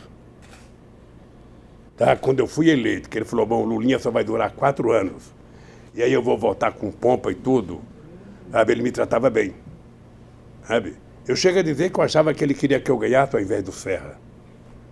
É porque ele fala, o Lula vai ganhar, um coitado metalúrgico, não vai conseguir fazer nada, eu vou votar 4 anos depois, cheio de moral. O Serra, se ganhar, vai me ferrar, então eu prefiro... Não deu certo, porque quem deu certo não fui eu, quem deu certo foi a paciência e a competência do povo brasileiro, que me ajudou, que acreditou. Você está lembrado quantas vezes eu dizia, olha, meu governo vai ser medido por 4 anos. Não adianta cobrar de mim agora. Isso aqui é que nem um pezinho de jabuticaba. Você planta, se ele não for enxertado, ele demora 15 anos para dar. Se ele for enxertado, vai dar no primeiro ano. Mas você tem que jogar água, tem que ter sol. O governo é isso. E eu tinha muito medo de não dar certo. Vocês estão lembrados que eu dizia, eu não posso dar errado. Eu tinha muito medo do Wałęsa na Polônia.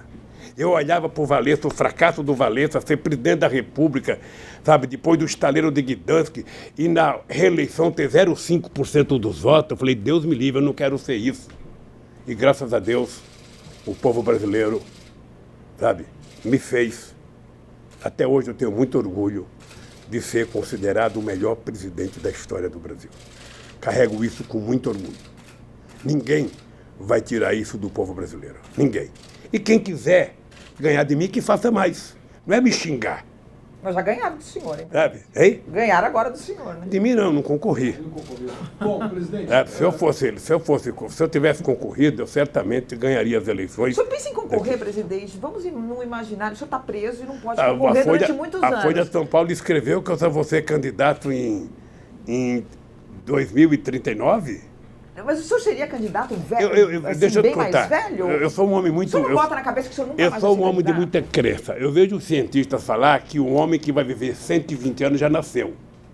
E por que não sou eu? Mas o senhor seria... Então, Não, efetivamente, deixa o eu senhor falar pensa concretamente falando. Veja, eu acho que a Igreja Católica ensinou o seguinte, olha, com 75 anos o bispo se aposenta, sabe, que é melhor dar lugar para o novo. Eu acho que vai surgir muita gente boa nesse país e eu me contentarei em apoiar qualquer pessoa daqui para frente para ser candidato a presidente da República. Agora, eu estou vendo nos Estados Unidos um monte de gente com 78, 79 querendo ser candidato. E isso começa a muriçar, começa a me dar um chambugão aqui no pé, uma coceira. Eu falo, quem sabe eu ainda posso voltar, com uma bengalinha na mão. Aí, como é que fala a música do velhinho? Bota o velhinho na parede, o velhinho está de volta, quem sabe? Mas se depender de mim, eu vou trabalhar para ter alguém mais novo, alguém com mais energia. Presidente, o seu ex-ministro Palocci virou agora delator.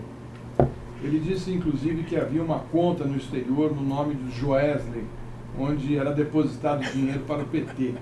Ele disse também que as 2 campanhas da Dilma para a presidência custaram 1,4 bilhões de reais, mas que não foi declarado à Justiça Eleitoral.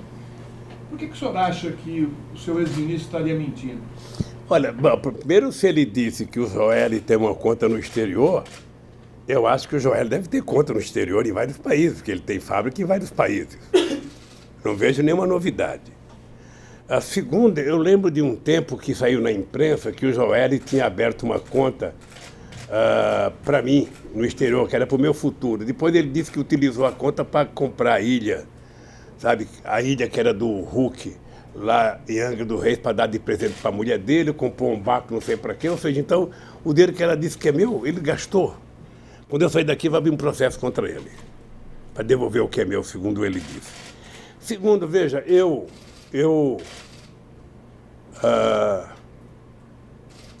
era um cara que tinha profundo respeito pelo Palocci. O Palocci era uma pessoa que, se não tivesse feito bobagem, poderia ter crescido na política brasileira. Eu comecei a perder a confiança no Palocci com aquela história do caseiro no primeiro mandato. Vocês estão lembrados que o Palocci saiu do governo em março de 2006. Eu vinha para o Paraná, que eu tinha uma atividade aqui no estado do Paraná, e eu tinha lido a imprensa, liguei para o Palocci, falei, Palocci, eu estou indo ao Paraná, eu vou votar 3 horas da tarde, se você não tiver resolvido o problema do caseiro, você não está mais no governo. E ainda falei com ele, Palocci, não é possível o ministro da Fazenda ganhar de um caseiro. Então, ou você explica essa história do caseiro ou cai fora. Quando eu voltei de trás, liguei para ele, ele não tinha explicação, porque é o seguinte, eu comecei a achar que o Palocci não dizia a verdade porque ele nunca teve coragem de me dizer se ele ia ou não ia na casa. Ora, se ele mentisse para a Polícia Federal, se ele mentisse para o PMDB, para o Senado, era um problema dele. Mas para mim, que era o presidente dele, ele nunca me disse. E, aliás, dizia que não sabia andar de carro em Brasília. E entre o Palocci dizer que não ia na casa e o caseiro dizer que ele foi, eu acreditava no caseiro. Então por que ele foi coordenador da campanha da Dilma? É outra história. É outra história. Tá? É outra história. Eu estou dizendo que ele saiu porque não respondeu para mim a questão do caseiro. Ele foi eleito deputado federal, sabe? Depois, na campanha da Dilma, foi colocado 3 pessoas na coordenação. Ele, Zé Eduardo Cardoso e Zé Eduardo Dutra. Tá lembrado? O presidente do PT, o secretário-geral do PT, e o Palocci, que era remanescente da minha vitória, e deputado federal, que não ia concorrer mais. Tá? Ele foi coordenador da campanha, junto com o Zé Eduardo Cardoso, junto com o Zé Eduardo Dutra e com o João Santana. Sabe? Certamente a Dilma admirava o trabalho dos 3, porque fizeram ela ganhar as eleições. Presidente, o que todo mundo está querendo saber hoje no Brasil é o seguinte, o país está numa crise econômica profunda, o desemprego aumentou, apesar da reforma trabalhista, as perspectivas não são boas para o futuro, os investimentos não surgiram e muitas indústrias estão indo embora, inclusive a indústria automobilística. O que o senhor acha que o senhor faria para recolocar o país no crescimento econômico? Antes de responder a questão do desemprego do país, dizer uma coisa para você. Você estava perguntando do Palocci, eu estava respondendo. Deixa eu dizer uma coisa para vocês. Desde os anos 70, que tem no Brasil uma disputa entre o cara que foi preso e denunciou o companheiro que era traidor e o que não denunciou que era herói, sempre teve isso. Eu nunca tratei assim. Eu acho que o ser humano ele tem um limite de suportar do ponto de vista psicológico, do ponto de vista da dor que ele recebe. Eu tenho pena do Palocci. Porque um homem da qualidade política do Palocci não tinha o direito de jogar a vida fora como ele jogou. Tenho um profundo respeito pela mãe do Palocci, que é fundadora do PT, que carrega barro até hoje pelo PT lá em Ribeirão Preto. Mas, lamentavelmente, eu tenho pena do Palocci. Ele não merecia fazer com ele o que ele está falando. Sabe? Não merecia. Presidente. Bem, agora é o seguinte, o Brasil, Florestan, a economia não tem mágica. 50% dos problemas econômicos de um país são resolvidos quando quem está governando tem credibilidade interna e externa. As pessoas que levantam de manhã para trabalhar, ou as pessoas que estão lá fora pensando em fazer qualquer coisa no Brasil, as pessoas têm que saber se quem está falando por aquele país tem seriedade, tem credibilidade. Se essa pessoa tiver credibilidade, e se essa pessoa estiver falando com seriedade, as pessoas passam a acreditar. Por isso é que eu, quando tomei posse em 2003, eu gastei parte da gordura política que eu tinha para fazer coisas que o PT não queria que eu fizesse. Eu aumentei o superávit primário para 3,45. Isso na esquerda do PT era para me matar. E o que nós fizemos? Nós, em 3 anos, resolvemos a casa, colocamos em ordem. É importante lembrar que, em 2004, zombaram muito de mim quando eu disse o espetáculo do crescimento. Em 2004, a economia cresceu 5,8%. Eu disse isso num comício dentro da Ford. E depois a economia começou a andar mais devagar, mas ela foi andando. Então, eu queria conquistar credibilidade. Eu tive muito apoio lá fora. Eu tive muito apoio do Gordon Brown, muita confiança. Sou agradecido ao Chirac, sou agradecido ao Bush, sou agradecido ao Schroeder, depois a Angela Merkel, sou agradecido ao Rungitao, sou agradecido ao primeiro-ministro Singh da Índia, sou agradecido essas pessoas todas depositaram muita confiança, muita confiança. Eu posso pegar o depoimento de um presidente como o Lago do Chile. O Lago, depois de 2 anos de governo, falou assim para mim: Lula, eu sinceramente quero te pedir desculpas, porque quando você ganhou, eu achei que ia ser um desastre. E você deu um show de bola. Então, nós começamos a trabalhar com muita seriedade, não se brincava nesse país, não tinha mágica, nós não inventávamos nada, sabe? Quando decidimos criar o Bolsa Família, o país não poderia criar, e eu disse que era para criar porque nós íamos criar o Bolsa Família. Eu tinha certeza que nós tínhamos que vencer aquela batalha dos economistas. Quem tem que distribuir primeiro para crescer, ou tem que crescer para distribuir. Essa era a briga. Nós vamos crescer e distribuir juntos. Sabe? Vamos fazer junto. Sabe? O cidadão vai comprar 2 pães a mais, vai tomar 2 cafés a mais, vai comer um pedacinho de carne a mais. O orgulho que eu tinha quando o cidadão na televisão pegava a televisão e falava: olha, hoje eu comi filé. Hoje eu comi picanha. Isso é possível fazer no Brasil de hoje, é possível a gente construir no Brasil. E isso tem que gerar emprego, tem que gerar renda, tem que aumentar salário. Tudo isso tem que fazer. Sabe? O crédito consignado tem que voltar com certo equilíbrio. Você não pode emprestar dinheiro no crédito consignado. Sabe? A 30% ao mês, a 40% ao mês, você tem que emprestar a um juro muito pequeno para o povo poder pagar. Então, eu não esqueço nunca quando nós fizemos aquela propaganda com o Ronaldão, que ele tinha quebrado o joelho na Inter de Milão, e a imprensa brasileira dizia que tinha acabado a carreira dele, ele não vai jogar mais bola, acabou o Ronaldão todo, e ele treina e se recupera. Aí nós colocamos aquela propaganda dizendo: eu sou brasileiro e não desisto nunca. Aquela foi uma coisa extraordinária. Aí começou a vir empresa para cá. Ô, gente, a gente produzia 1.700.000 automóveis. Quando eu deixei o governo, a gente estava produzindo 4 milhões. Sabe? Era muita coisa que estava acontecendo nesse país. Você quer uma coisa que eu acho que houve um erro no governo da Dilma, um erro que eu não faria? Entre 2009, quando veio a crise, eu criei uma política de desoneração. Desonerei 47 milhões entre 2009 e 2010. Tá? E desoneração, para mim, sempre funcionava como se fosse uma comporta. Sabe uma hidrelétrica? Eu abro quando eu quero produzir mais energia e eu fecho. Eu abro e eu fecho. De 2011 a 2014, entre desoneração e isenção fiscal, eu conversei com o Guido Mantega, eles fizeram 540 bilhões de reais. Ou a Dilma? Não, no governo de 2011 a 2014. Sim. 540 bilhões. A Folha até fez uma matéria grande sobre isso. Agora... Aí, quando a Dilma percebeu que não dava para desonerar, porque você mandava para o Congresso para desonerar a fábrica de maçã. O Eduardo Cunha colocava maçã, pera, abóbora, melancia, abacaxi, vinha 500 coisas de volta.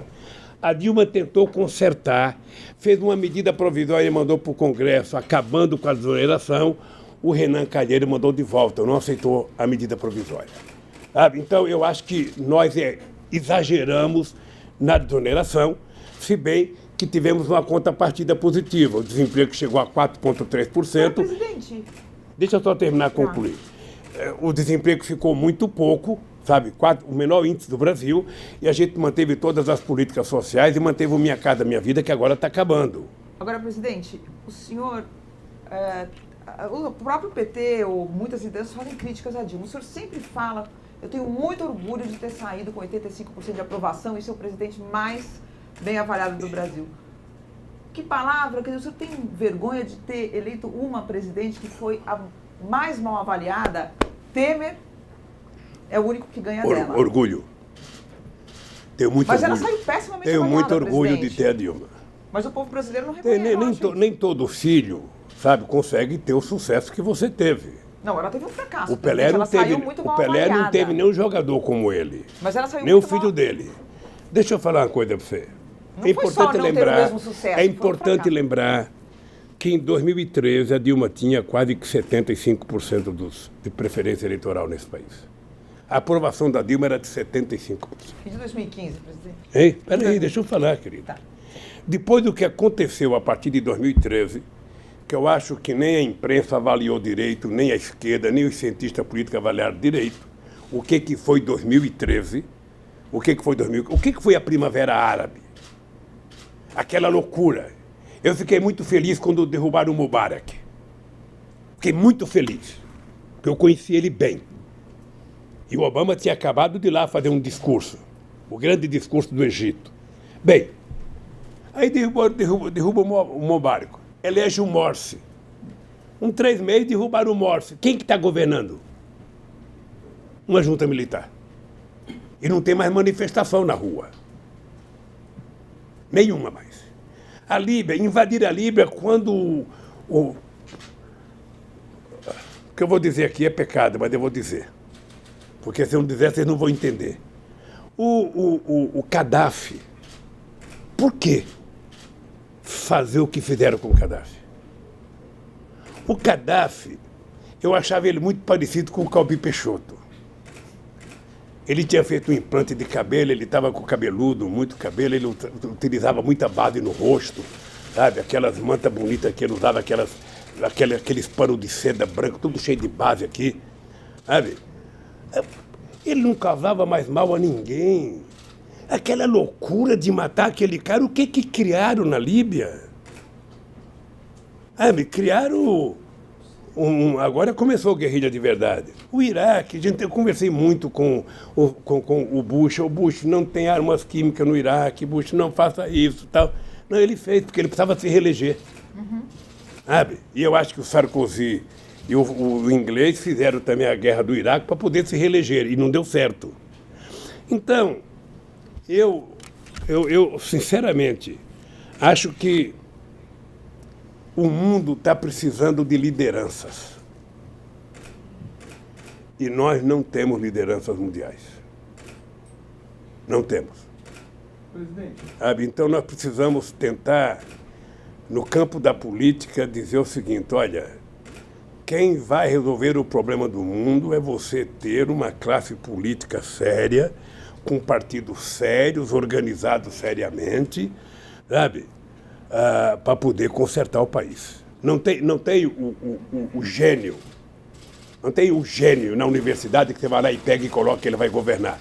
Se fosse fácil assim, você não teria problema em nenhum país. Harvard teria presidente em todo mundo. Presidente, o senhor fez a sua carreira como líder sindical, que acabou terminando na política, dentro do sindicato dos metalúrgicos de São Bernardo do Campo. O sindicato vai fazer 60 anos numa crise de emprego e com as montadoras saindo do ABC. O que o senhor diria hoje para os seus colegas, para os seus companheiros que estão no sindicalismo, que estão lá no ABC, no Sindicato dos Metalúrgicos? Ainda tem alguma coisa positiva? Não, eu não queria dizer para os metalúrgicos, não, eu queria tentar discutir com os meus companheiros do movimento sindical. Ô, gente, a classe trabalhadora mudou. A classe trabalhadora de 2020 não é mais a classe trabalhadora de 1980. Sabe, mudou. Mudou profissionalmente, mudou intelectualmente, sabe? Hoje o trabalhador não é mais o trabalhador que trabalha de fábrica, ele trabalha fora, ele trabalha em casa, ele trabalha fazendo bico, ou seja, não tem mais aquela classe trabalhadora concentrada dentro de uma fábrica como tinha antes. Hoje o cara tá num shopping, hoje o cara que não tem condições de se unificar, porque cada loja é uma loja. Então está mais difícil fazer sindicalismo hoje. Está muito mais difícil fazer sindicalismo. Eu ia na porta da Volkswagen em 80, era 40 mil trabalhadores. Hoje, aquela Volkswagen são apenas 12 mil trabalhadores. É um desmonte daquela fábrica. Então, o mundo do trabalho mudou. O mundo do trabalho mudou radicalmente. E nós temos que repensar como reorganizar a classe trabalhadora. O cara que trabalha por conta própria, o cara que trabalha individualmente, o cara que trabalha em casa, o cara não tem mais a mesma consciência de classe que ele tinha naquele tempo. Então, o papel do movimento sindical agora é tentar repensar como organizar a classe trabalhadora, como eu representar os trabalhadores. A Volkswagen tem mais ex-metalúrgico fora do que lá dentro. Quem é que representa esses ex-metalúrgicos? Então, o movimento sindical tem uma tarefa forte de descobrir um novo discurso e uma nova razão para a sua existência. Para encerrar, presidente... Ainda não está encerrando, não. Temos já... Não, ainda falta 14. Então tem mais. Para pré-encerrar. Para encerrar. Eu queria saber o seguinte... Eu não tenho nenhuma pressa, viu? Nem nós também não. Eu recebi muitas mensagens durante esses 7 meses que eu e a Mônica estávamos aguardando para fazer essa entrevista, e as pessoas que me escreveram, a grande maioria, quer um posicionamento do senhor de otimismo. Ou seja, elas estão precisando de injeção de otimismo. O que o senhor teria a dizer a essas pessoas que estão no Brasil querendo uma saída melhor? Se quer otimismo, é comigo mesmo. Vamos lembrar que quando eu fui eleito em 2002, qual era a lógica do Brasil? A lógica do Brasil era o seguinte: o Brasil tem uma dívida externa impagável, o Brasil está quebrado e você não vai conseguir governar o país. Foi assim que eu entrei para ser presidente da República. Quando eu entrei no sindicato, também disseram: olha, tem a lei de greve, a estrutura sindical é a cópia fiel da Carta de Lavoro de Mussolini, você não vai conseguir mudar o sindicato. Em 3 anos a gente mudou o sindicalismo brasileiro. E em 3 anos nós começamos a mudar o Brasil. É por isso que eu digo, você tem que ter credibilidade, você tem que construir uma relação de confiança com a sociedade e você tem que fazer com que a sociedade confie em você, interna e externa. Por exemplo, eu às vezes fico chateado porque tem muitos empresários covardes que poderiam, nesse instante, estar brigando pelos interesses do Brasil. Sabe? O Brasil forte, indústria forte, é bom para o Brasil. Nós precisamos ter indústria forte, ter empresário forte. Sabe? Nós precisamos ter. Cadê essa gente que não se manifesta? Sabe? Nós estamos vendo destruir a educação. Cadê o pessoal que não se manifesta? Então, eu acho que como nós já provamos que é possível construir esse país, as pessoas têm que acreditar que depende de nós, depende de cada um. Não adianta ficar xingando o Bolsonaro e achando que ele vai fazer. Ele não vai fazer. Quem coloca os ministros da educação que ele colocou não gosta de educação. Quem coloca o cara do meio ambiente que ele colocou não gosta do meio ambiente. Então, ao invés de ficar esperando, quem coloca o Guedes na economia não gosta do povo. Ao invés de ficar esperando que o Bolsonaro resolva o nosso problema, nós temos que, enquanto sociedade civil organizada, começar a se mexer, começar a lutar, começar a brigar pelos nossos interesses, cobrar o Congresso Nacional, fazer pressão. Você acha que nós vamos evitar a aprovação da Previdência Social como eles querem, fazendo uma manifestação na Paulista? Não. A manifestação tem que ser na cidade do deputado federal, tem que ser na porta da casa dele, na rua dele. Senão, como é que o Bolsonaro trabalha? Robô mandando um zap para senador, robô mandando um zap para deputado, robô mandando um zap para um monte de gente, a loucura. Eu votei em tal coisa porque recebi muito zap, eu recebi... Sabe? Nós temos que brigar. Então, o meu otimismo é esse, eu nunca dependi de nada. Eu nunca dependi de favor, nunca fiquei esperando. Nós temos que dizer, construir a nossa proposta e ir para a rua para tentar construí-la. Via Congresso Nacional, via pressão em cima do governo, é uma disputa. É uma disputa. Nós estamos vendo na Inglaterra agora os caras se manifestando em defesa. Ontem eu vi um velhinho de 89 anos no meio, fazendo manifestação na frente de um banco pela preservação ambiental. Sabe, eu vejo os coletes verdes na França, agora não sabe nem porque estão brigando mais, mas estão brigando, pô, todo dia. E no Brasil nós temos que fazer isso. Nós temos que fazer isso, gente. Estão tirando os nossos direitos. Veja a diferença. Antigamente, você tinha os europeus perdendo direito. Perderam muito direito os europeus. E o Brasil ganhando direito. Nós nem chegamos aos direitos que eles chegaram e já perdemos. Porque eles estão desmontando tudo que nós conquistamos. Desmontando, simplesmente destruindo. Quando eles falam de reforma política, na verdade, eles são demolidores, sabe, destruidores, sabe, do futuro dos nossos velhinhos. Essa gente pode acreditar, por causa... Também eu nunca vi, viu, Florestan e Mônica, eu nunca vi unanimidade. Nunca vi unanimidade no meio de comunicação favorável à reforma. Eu assisto muito debate. Não tem um cara contrário que vai num debate. É só gente favorável. É impressionante. Se eu fosse um jornalista da Globo, eu dizia, é impressionante como só tem gente a favor. Voltamos a ter o pensamento único, favorável à reforma. Discute, gente, é o povo. Esse Guedes daqui a pouco vai embora. Esse Guedes, na hora que ele cair, ele vai morar nos Estados Unidos, ninguém vai nem lembrar dele. Mas quem vai ficar com uma vida desgraçada são mulheres e homens que trabalharam a vida inteira nesse país. Então a hora de lutar é agora. Como é que o cara manda um projeto para a comissão aprovar a admissibilidade e não mostra o que é? Aí não posso mostrar, é segredo. Gente do céu, você está tratando com os interesses de milhões e milhões e milhões de homens e mulheres. Você não está tratando com o interesse de banqueiro. Todo esse sacrifício do povo brasileiro para favorecer o Santander, para favorecer o Itaú, para favorecer o Bradesco. Que palhaçada é essa com o nosso país? Então o povo tem que saber o seguinte, o otimismo está dentro de nós. Tá? A gente tem que saber que o mandato é de 4 anos, a gente tem que saber que esse cara ganhou as eleições, a gente gosta ou não gosta, sabe?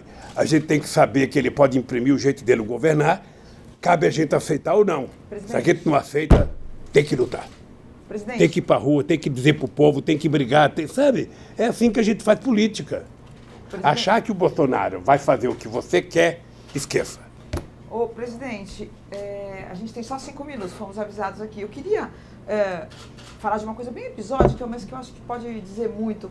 É o seguinte, o ex-primeiro-ministro de Portugal, Sócrates, deu uma entrevista e ele comentou o telefonema que o ministro Gilmar Mendes deu ao senhor no dia do velório do seu neto.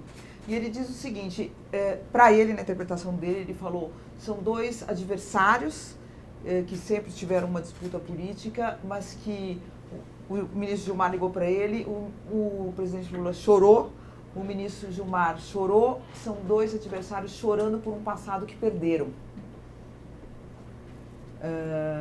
E depois ele fala, onde um adversário reconhece a legitimidade do outro, não pensa em prender o outro e não pensa em privar uma pessoa de ver o velório do seu neto, não pensa em privar essa pessoa de ver o velório do seu irmão, de se despedir do seu irmão. Eu queria que o senhor comentasse um pouco isso sob essa perspectiva, não apenas dele ter ligado e chorado. Veja, o único comentário que eu tenho a fazer é agradecer a bela fala do companheiro Sócrates. O senhor viu? Eu não sabia que ele sabia, eu nem sabia que a imprensa tinha dado destaque àquilo. Sabe? Eu nem sabia se o Gilmar tinha pedido para divulgar, alguém que divulgou. Eu recebi um telefonema dizendo, olha, o ministro Gilmar quer falar com você. Ele tinha ligado também quando a Marisa morreu. A Marisa era amiga da mulher dele, sabe? Então, eu acho que é um gesto humanitário, um gesto, eu atendi. Eu estava realmente chorando, sabe? Eu vi o Sócrates dizer que ele chorou, ou seja, eu não ouvi porque foi uma conversa muito rápida também, sabe? Mas eu sou agradecido. Sou agradecido ao Tasso Gereissati, que mandou um telegrama, sabe? Me dizendo palavras carinhosas sobre a morte do meu filho, dizendo eu também sou avô. Então, sabe? Eu acho que, graças a Deus, a internet ainda não acabou com um pouco de humanismo que existe dentro de nós. Sabe? Ainda sobrevivemos. E tem gente que consegue sobreviver. Sabe? Em compensação, tem canalhas e mais canalhas e mais canalhas que vai para o Twitter falar bobagem e mais bobagem. Esses eu trato como canalha, que não merece o menor respeito. Aliás, eu nunca gostei muito de gente que utiliza Twitter, porque é só meia palavra, ou seja, aquele já diminuiu o vocabulário das pessoas, sabe? Com o tempo, esse cara não vai saber nem escrever mais. O senhor fica mais preocupado aqui, preso na Federal, com o que lá fora? Com seus filhos, com a sua família? O que lhe preocupa? Saber que eles estão passando dificuldade para se colocar na sociedade? Porque diferente do que disseram, muitos não estão numa situação financeira... Olha, não, estão todos mal. Todos mal. Sabe? Eu estou com os meus bens todos bloqueados. Você veja o absurdo, uma coisa absurda, só para lembrar o que está acontecendo nesse país. Eu tinha sido multado em 32 milhões de reais, para pagar não sei o quê. O STJ diminuiu para 2 milhões. Ora, qual é a diferença de 32 para 2? Qual é a lógica? Qual é a lógica até de multar em 2? Mas o senhor assinou essa lei, presidente? É uma lei que exige o pagamento de uma multa para poder... Não, mas deixa eu falar uma coisa para você, querida. Eu estou fazendo a comparação de 32 para 2. Tá? E depois dos 2, o suposto apartamento que o Moro mentiu dizendo que é meu, ele colocou no leilão. E quem ganhou deve ser o amigo dele, porque aquele contígio não comprava aquilo do jeito que comprou. Alguém que comprou é amigo do Moro. Ali foi um ajeito. Ali foi um trambique que foi feito. Mas o cara comprou um apartamento por 2 milhões. Olha, se o apartamento foi vendido no leilão por 2 milhões, o 2 milhões era para a Petrobras. Então, qual é... Amor, está apenas lembrando isso. Então, eu espero que a partir desse processo que nós ganhamos em São Paulo, que a dona Marisa ganhou, eu espero que as pessoas desbloqueiem os bens, pelo menos na parte da dona Marisa, para que os filhos possam, pelo menos, sobreviver dignamente. Preocupado com seus filhos, então? Eu fico. Não, mas eu tenho preocupação com meus filhos. Eles vêm aqui me ver sempre, mas eu fico preocupado com a situação do Brasil. Eu, sinceramente, eu não consigo imaginar os sonhos que eu tive para esse país. Eu não consigo imaginar o sonho que eu tinha quando a gente descobriu o pré-sal para fazer esse país virar gigante. Sabe? Eu tenho orgulho e eu sonhei grande, porque eu passei a ser um presidente muito respeitado. Aqui na América do Sul, o Brasil era referência. Eu sonhava criar um bloco na América do Sul para a gente ter força nas negociações com a União Europeia, com os Estados Unidos, com a China. Individualmente a gente é muito fraco. Sabe? Eu fui o único presidente a ser chamado para todas as reuniões do G8. O Brasil foi, eu digo eu porque eu era o presidente, mas o Brasil foi muito importante no G20, tudo isso desmanchou. Tudo isso, agora eu vejo o prefeito de Nova York não quer fazer um jantar com o presidente do Brasil, o dono do restaurante se recusa. A que ponto nós chegamos? Que avacalhação! Um país, sabe, que em 2008, quando nós ganhamos as Olimpíadas, eu tinha certeza que o Brasil chegaria a ser a 5ª economia do mundo. Eu até brincava com os alemães, ó, se prepare que nós estamos chegando aí. Se prepare. Para o Brasil não tem limite. Pessoal, então, o nosso tempo se Ó. esgotou, me desculpem. Presidente, a última pergunta que eu poderia fazer. Pode ser. Se o senhor algum dia sair, além de tomar uma cachaça... Eu vou aqui na- sair, querida. Espero que você esteja aqui. Não. Presidente, além de tomar uma cachaça aqui com os seus apoiadores, qual a primeira coisa que o senhor vai fazer, além de tomar essa cachaça? Eu adoraria poder um dia fazer um debate numa universidade com o Moro e com o Dallagnol junto. Adoraria um debate. Eles levando as milhares de páginas que eles contaram mentira e eu levando a minha verdade. Eu adoraria. Sabe, com a cara boa, tranquila, bonitão como eu estou hoje, sabe? Para discutir esse assunto. Mas, na verdade, eu quero comer um churrasco, uma bela de uma picanha, uma panceta bem passadinha e tomar como diria o Zé Alencar, tomar um golo. Sabe? Mas eu vou fazer. Tenho paciência. Eu quero agradecer a vocês, sabe? Quero agradecer. E, sobretudo, agradecer à Justiça, que fez justiça nesse caso, né? Eu poderia ter feito isso antes das eleições de 2018. Lamentavelmente não foi feito, então quero agradecer a vocês dois, sabe, pela briga pela tenacidade e espero que tenhamos outras entrevistas, tá? Se deixarem. Muito obrigado. Obrigada, presidente. Permaneçam todos nos seus lugares. Cadê o envelope? Não poder sair. Esse aqui, né? Alguém Não, cadê o envelope meu que estava aqui? Esse aqui.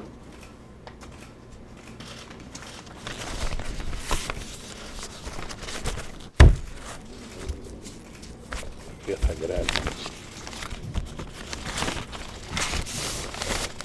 Tchau, gente. Tchau. Gente, obrigada.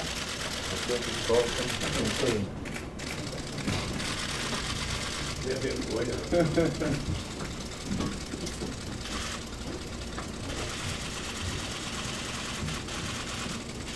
À vontade, pessoal. Se tirar. Obrigado.